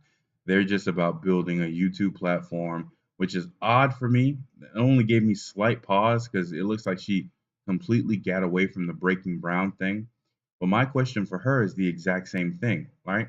Her 501c4 is nothing more than an Indiegogo in perpetuity, right? She's not going to be able to raise money or a large amount of money, or shouldn't be seeking to raise a large amount of money amongst descendants of American slaves. But her 501c4 is going to function in the exact same way as Indiegogo, right? So where's that money going to come from? Where's that money that she feels as though she needs a 501c4? Where's it going to come from? Is it going to come from broke descendants of American slaves? Or is it going to come from other corporations that are going to have a say, whether it be directly or indirectly, on the agenda for 88, ADOS AF? Like, that's a question. I don't trust them at all. I think it will be a disaster as well. I think I've said that in another video, all right? Because the states of the interpersonal relationships between black men and black women are so horribly bad. I don't necessarily know if outside of the initial like inception of reparations, whether or not that would be beneficial, right? So let's say you have a black man and a black woman, and they both have a check for whatever that ends up being. Let's say 800,000 or $700,000, right? Or let's say it's a check of like $400,000, and then they have assets, benefit assets that total $300,000 or more, depending on whether or not they want to move to a land or a territory, right? Are they likely, is that black man likely to choose a black woman, a descendant of American slaves, as his wife, right? And my personal answer to that is probably likely no, right? I think that black women would still seek to, in large part, there would still be exceptions, right? In large part, they would still seek black men, but I don't think black men would seek black women, right? There's a large amount of scar tissue there. Um, and how that gets healed is a question, a large question that reparations doesn't necessarily answer. It doesn't necessarily fix that problem. It just gives, how do I put it? It's like you have a married couple that's together only because they can't afford to get a divorce, right? Um, Giving them money doesn't solve their problems within their relationship. It just more easily allows them to divorce one another, right? So it's a delicate thing. Like, should there be a divorce? Can you save the marriage? Right? Will therapy work in saving the marriage? Right? Should you save the marriage and then give the money? And will that be effective? Will they still stay together if they both have money to leave with a traumatic experience in their past? Right? Those are the basic questions that you would ask or have to deal with a large amount of cash money being infused in our community when we've been dealing with a large amount of social programming to make us into better single mothers and prisoners, right? So I think it would be a disaster to a point, to a social point, but I still believe that that's the only way white supremacy is defeated, right? They have to. What he's saying here is something on a global scale. It has a function, but America needs a bottom class. I don't think America, the country built on slavery, survives without a bottom caste, right? And if we're given reparations, we are permanently, or at least for multiple generations, depending on the policies and institutions that we put in place in order to guarantee that, we put ourselves in a situation where it's not possible for us to be able to be placed back into the bottom caste for multiple generations. The question is who takes that place? Who replaces us at the bottom of the food chain, right? Um, so I think it's going to be a large amount of social upheaval, but I still believe that reparations is the only thing that we deserve and we need, right? Now, post that's what I'm saying. Post reparations philosophy, as generated within the Black community, will definitely be needed. People like Irami Ose Frumpong and all these other people, would, even though Irami I think is slacking ass, we would need all these philosophical minds in order to help us navigate through the problems associated with that much of a cash infusion into our community. Because it's not just black men and black women separating, all of a sudden you don't have to deal with your crazy ass mama or your crazy ass daddy or your crazy ass siblings anymore. You can afford to permanently not deal with them ever again, right? That's another thing that reparations distributed out in the descendants of American slave community would do, right?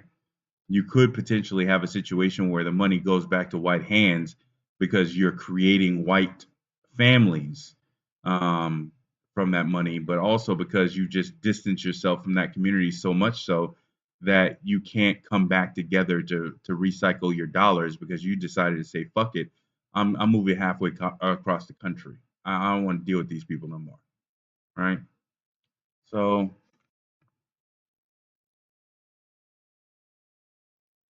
yeah, that's crazy. The lack of critical thinking for Tariq's followers is kind of crazy. He's not God. He's just a fucking man, and he's made so many mistakes. It's not even funny. Yeah, I think local reparations is bullshit. Right? I think that's a cop out. I think we need both. We need national reparations and local reparations. But I think local reparations is bullshit. It's just a way to them for them to put a discount on it. Fuck all that, right? When they make reparations an individual tax, right? When they try to think of it as an individual tax, that's bullshit. When they try to think of it as a local program, that's bullshit. The reason why all those things are bullshit is because we live in the United States of America with the reserve currency of the world. Not only that, but we live in a country that has a history of creating currency at the Treasury level, not the Federal Reserve level. So what we can ask for is we can ask for greenbacks, which would actually not increase the debt at all. So what they're saying is, well, if we give y'all the $20 trillion and blah blah blah blah blah, we could actually have a narrative that says no, as descendants of American slaves, we don't want Federal Reserve notes. What we want are greenbacks. What we want are notes of currency issued by the Treasury as opposed to the Federal Reserve, which means that it doesn't come with a debt component. That's first of all, and second of all, it actually is something that is insular to the United States, right? So you don't necessarily have to worry about people leaving if you want to do it like that, but I'm sure it would have some sort of international exchange rate or value. But you could do it like that in order to, keep people here if that's what you wanted to do. But the other thing is it would create a competing monetary system within the United States that's non-debt based, right? So there's a large amount of things they can if they wanted to do it beneficially to us.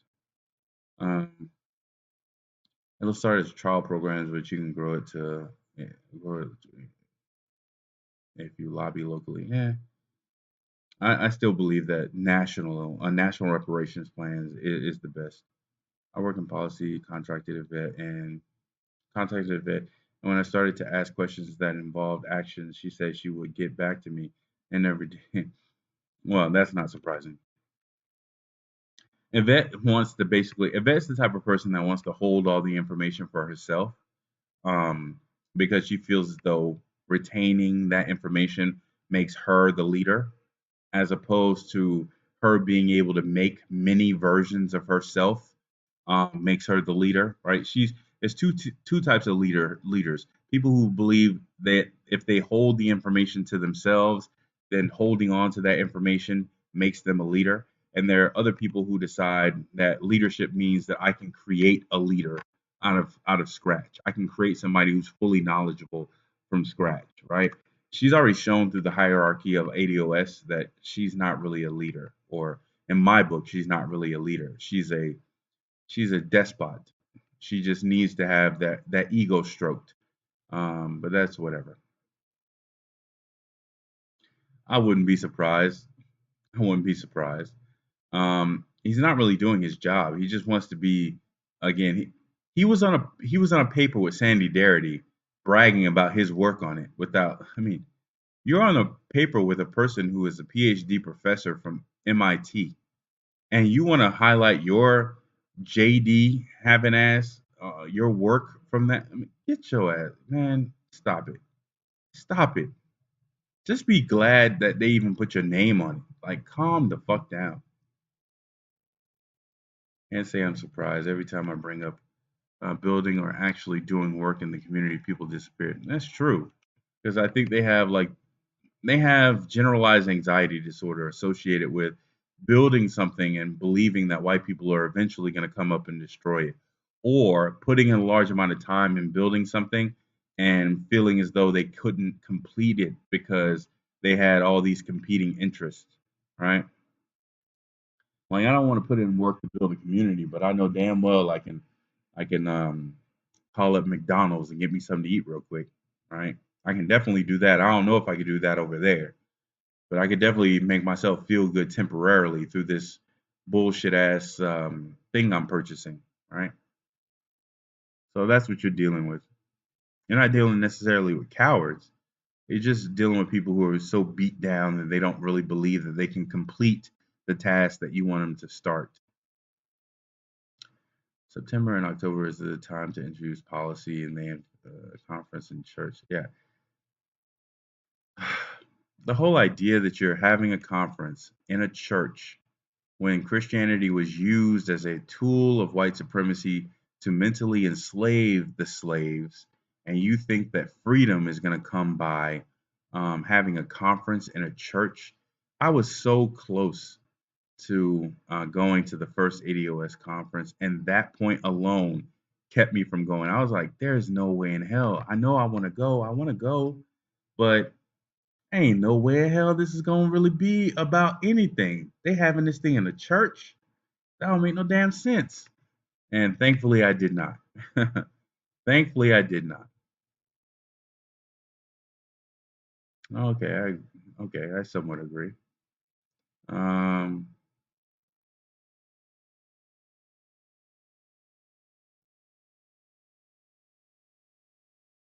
yeah, I saw all of that crap with the chair throwing incident of 2019. I saw all that crap and that photo of him in that jumpsuit, that chick. Tone is a unfortunate product of a single mother, right? And what I mean by that is he, how do I put this? Because I don't want to sound like I'm TBA when I say this. He's the classic women can do no wrong.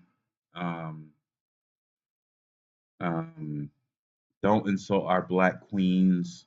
Um, how do I put it? It's just an unrealistic standard for both himself and for the women that he associates himself with. But that leads to a counter thing of narcissism within him, right? That's his public face. His private face is probably that of a narcissist, in my opinion. But that just leads him to a large amount of wishful thinking with a large amount of things too, because he's not realistically thinking about his own environment and his own situation. So um, he therefore can't realistically think and strategize for a large organization like a project for reparations. Um, his career is just neither here nor there. I mean, he had an opportunity. It's on my page. Like, let me go here. Um, this is where I stopped um, giving a fuck about Tone and stopped respecting him, to be honest, fully, is when I had to do this video. It's still on my page. And he's an attorney. This video right here. What I did was So we've been talking. I got the transcript from the POTUS website as well as the audio transcript. And I basically was flipping the page and going through the audio transcripts of the oral arguments in the Byron Allen case, right? And so I went through that as a non attorney. And my predictions after hearing it were spot on that they were going to kick it down to the lower court and that Byron Allen was just focused on himself and not really promoting the Civil Rights Act of 1877 or 1876. I think it's 1876. But him and his attorney was actually really not supporting that. They were actually arguing that um, they were actually arguing but for. Um, not the other position that they were on, the root and all these other little media tours that they were doing for this case. They weren't actually arguing for the other side of that, the lower standard or what they thought was the lower standard. They were just arguing for but for, and his attorney specifically stated it. They got dog walked in this. Um, and it was very obvious that they did, even by a layman. And Mr. Antonio Moore, Mr. Hey, y'all go out to the steps of the SCOTUS and y'all protest. Me, I ain't gonna be there. I'm on the West Coast. Yvette, oh, she's a couple of miles away from DC, but she ain't going. No, y'all can do that in February. I mean, or whatever, whenever it was. I think it was like November or something like that. Yeah, November. Um, y'all can go out there in the cold, but she's not going out there. And then when the oral arguments were released, he didn't go through this, right? He didn't go through it at all. That's where I lost respect for his ass. That's when I knew that he was full of shit. Um, I held out somewhat hope because obviously there was other videos, right? There were obviously other videos, but I was still naive enough to believe that maybe these people just need to notice that there's a problem. No, no, no. They know that there's a problem. They were just a part of the grift, So we've been talking. part of the hustle, the settlement agreement. They were a component of that. I hope that Byron Allen is fully funding their organization in exchange, but I doubt that. I fully doubt that. But this is where I lost all respect for him.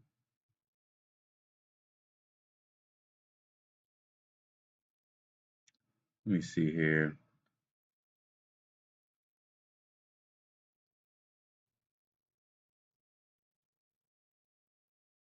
Yeah, I wouldn't be surprised. They need influencers, right?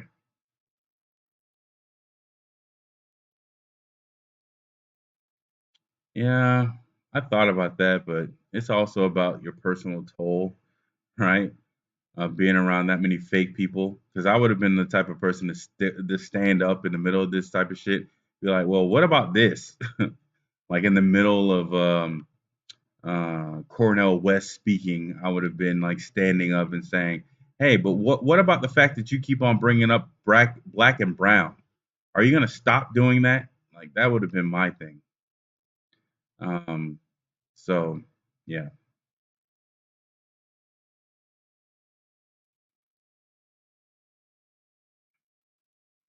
but I don't know, guys. It's kind of hard to gauge whether or not we're winning when our leaders are supposed leaders are spinning us in circles. Right? That's my main problem. Like all of these people just have us spinning in circles, not really doing anything concrete toward any goal, right? Um, and the goals, the many goals that they try to focus on, don't have any actual impact, right? Those shoes that Kwame is distributing, and it's not going to help out anybody in my family. Um,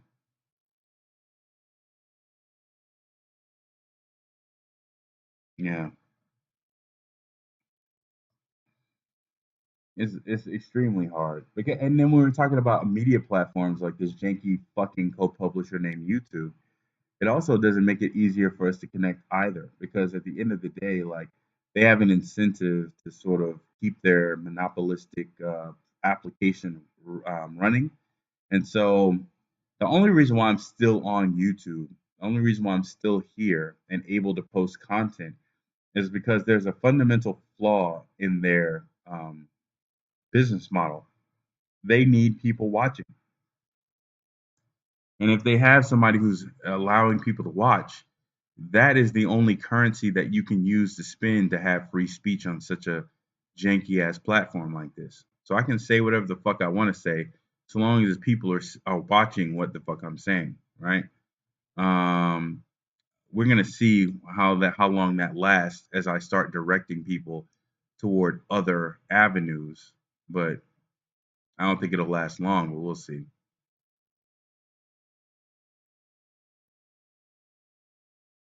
Yeah,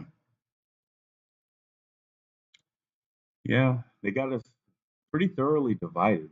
Honestly, that's the other thing. Like pretty thoroughly conquered, pretty thoroughly splayed out in chains, ready to be pulled apart by a horse. Right? They have us pretty stretched out and locked out or locked in. It's kind of hard. to visualize like a cohesive structure coming out of anything that's going on, right? Because even when you talk about hip hop and mumble rap, what that did was that sort of separated the older generation of people in hip hop from the younger generation of people in hip hop. So it made it to where the older generation didn't respect the newer generation, and therefore they couldn't speak to one another, right? That's another part of it. So there's divisions all over the place. There's divisions to where, and those divisions I believe exist to where the older people can't actually transfer to the younger people their knowledge. Like, hey, this is a fucked up game that you're trying to run. Here are the real rules of this game that you're trying to play, and this is why you should either not do it at all, or here's how you do it to the ultimate extreme. The gatekeepers want to keep that knowledge transfer from occurring, so they either keep on recycling old shit that doesn't actually work, um, or they keep on running the same sort of tactics to silence dissent. So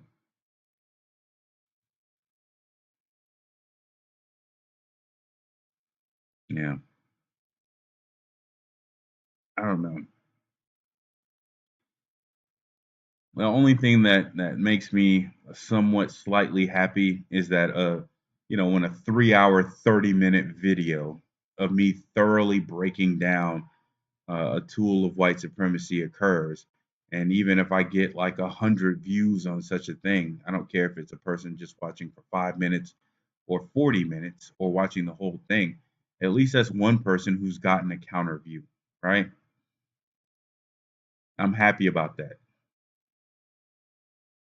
I'd be a lot happier if it occurred on another platform entirely, but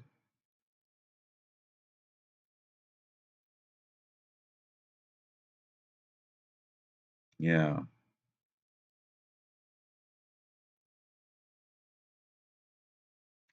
unfortunately they do because they love to offload their thinking on other people. They love to offload their critical thinking onto others.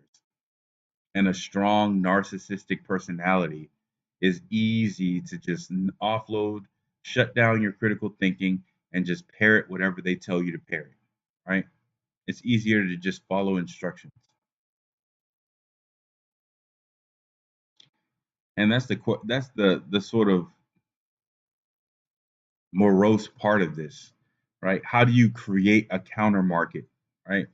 Tariq Nasheed, Yvette Carnell, Kwame Brown, Roland Martin, all these people have been able to create a consumer based community of people that they can grift off of, that they can sell shitty products to their pain, right?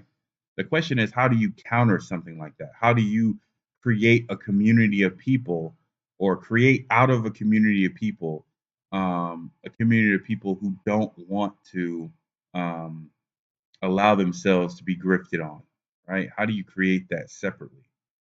That's a question, right? I don't necessarily know if I have an answer, but that's a question out there. Like, do you have to use the same tactics as Tariq Nasheed in order to get a base of people who don't act in a way that could easily be manipulated by a new Tariq Nasheed in the future, right? And it seems like the quality of that, it's like a chicken and an egg situation. You can imagine the quality of that with people having a large amount of money and wealth, um, but it's hard to imagine that now with people who don't have that much wealth. But if they don't have that sort of focus, then they'll never get that wealth. So it's a chicken and egg scenario. It's very hard to imagine how you counter this shit. But the only thing I'm doing is just calling it out in long form. That's the only thing I can think of.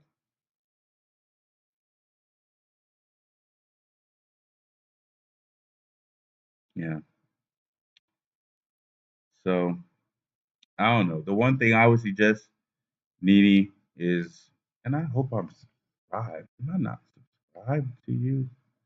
I hope I am. I will definitely double check after this.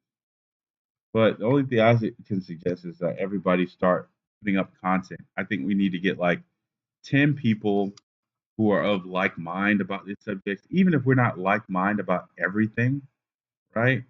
At least we're like minded about like who are the grifters and who are the sellouts and who are the people who you should not listen to, even if internally like we don't agree with every single policy decision. I think we need to get like 10 of those people who are willing to create content on a regular basis and move to another platform, right? You can publish here just to get people's initial eyes on stuff, but I think you should probably only keep like a week of content here, and then just all of the backlog stuff is over to another platform. I would love if we had like 10 people on code like that, because a large amount of combating that stupidness, that stupid chip that Tariq is sort of activating or tapping into, is repetitiveness. Like, if one of Tariq's followers hears a logic from me about him, right? And then they're switching over to your page, ISIS, and hearing the same thing from a different perspective, maybe even with different conclusions, but they're hearing the same sort of analysis of fact, right? Or at least they're witnessing critical thinking, even if you have a completely different opinion. And same thing with Nini. They're watching somebody else critically analyze him, and so on and so on and so forth, right? Then I think it becomes easier for them to find an excuse to at least ask the question of, hey, how come all these people think you're like this? How come all these other people are thinking about you like this? Right? And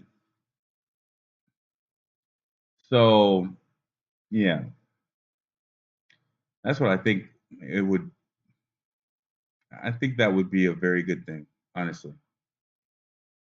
That's why I keep, that's what I'm saying. Like what I'm doing right now with free software on Vimeo is $75 a month with only 7 terabytes of storage. This video right now has been running for 2 hours. So this is about 3 gigabytes of data.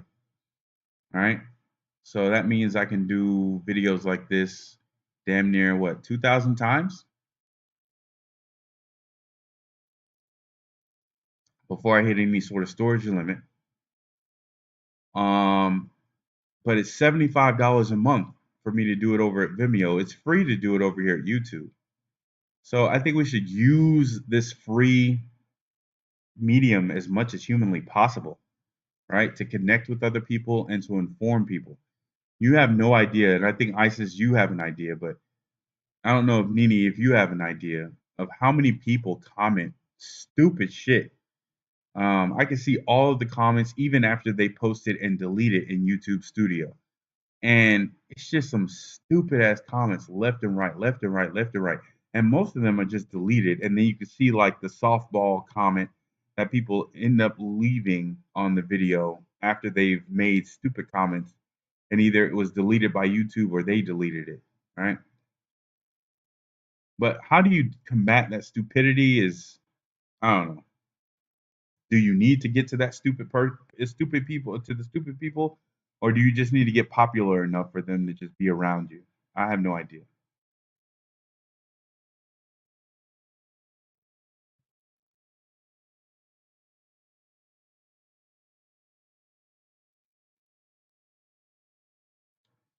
Uh, but anyways, people, glad y'all are up for me to talk to people who already know what I'm talking about to hear it for to hear it for a second time. Um,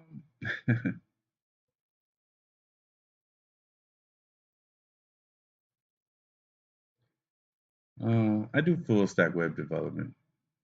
I should probably help them out.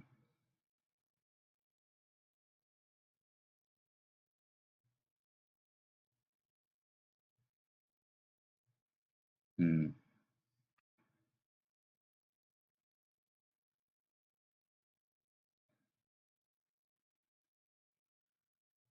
that's the problem. We don't have many fishermen.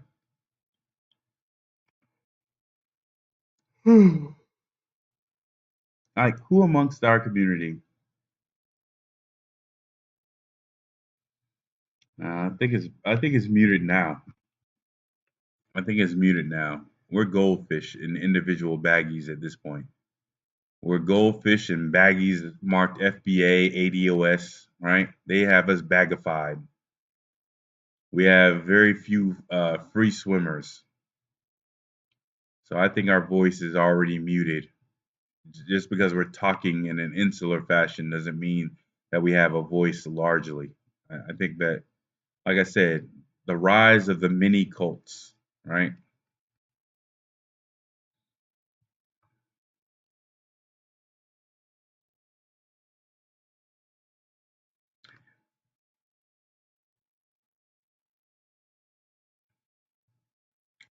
I think that they just need to have a streaming solution, right? I think that they just need to have a streaming solution.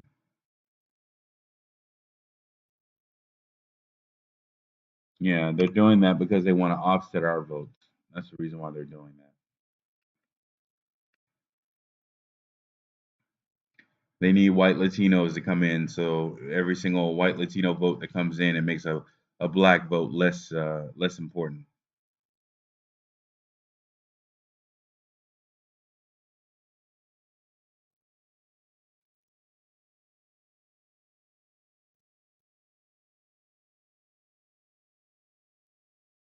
It's not just that. I mean, it's also H-1B visa people as well.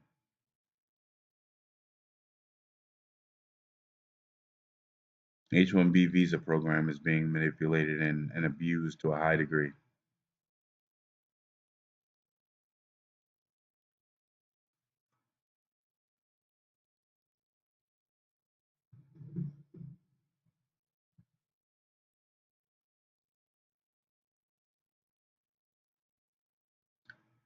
And anyways, people, it's 2:30 where I am.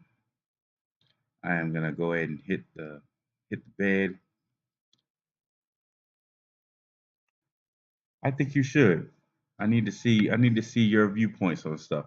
See, that's what I'm saying. Iron sharpens iron. Just because you have a different viewpoint doesn't mean anything, right? I want to hear other people's viewpoint who generally agree with me, but don't specifically agree with me because your viewpoint may be slightly different, and I'll be like, oh, well, damn, I ain't much think about it like that. She's right. You know what I'm saying? Like, damn, okay. I didn't initially agree with it, but she's right, right? Yeah. Yeah, if Black Junction TV had a streaming thing to where you don't have to stream on YouTube, that would be great. But the problem is YouTube is able to offer streaming because it's such a huge company that even though it costs a large amount of money for a free person like me to be using their platform for streaming right now, like there's gigabytes and gigabytes of data that's being transferred to them every single hour that I'm on the stream. But the reason why they allow it is because they're trying to be a monopoly and giving out market share for free, or giving out services for free that increases their market share, and doesn't allow competitors to offer the same service but for a cost, um, is something that they want to keep on doing. It allows them to protect their market share. But if Black Junction TV had some sort of streaming, I wouldn't be over here at all. I'd only be over here to YouTube to basically be like, hey, I'm about to start my stream on Black Junction TV, right? Or whatever other black owned streaming service is available. All right. I think that's the game changer.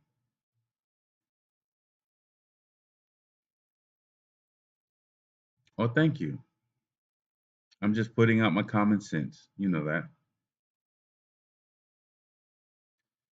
But anyways, I'll see you ladies later. And to the lurkers like Kwame Brown, if you're in here, go fuck yourself. Take your ass to sleep. Um, you know what I'm saying? Stop talking all this bootstrap, do for selferism, and let reparations come out of your mouth. Um, Tariq Nasheed, if you're over here, ha ha ha, you're not gonna get your museum, bitch. or at least not with our money giving you $1 million, unless you drop $500,000 or more or less, or roughly $500,000 between now and the end of this campaign. Um, we see you. But thankfully, we found out today that you are definitely not Marcus Sanders, the person that's referenced in the video. So that is debunked. You are not a murderer. Awesome. You were just a person who asked for money from broke people for vanity projects. You're just that. So, anyways, I'm out. Good night, y'all.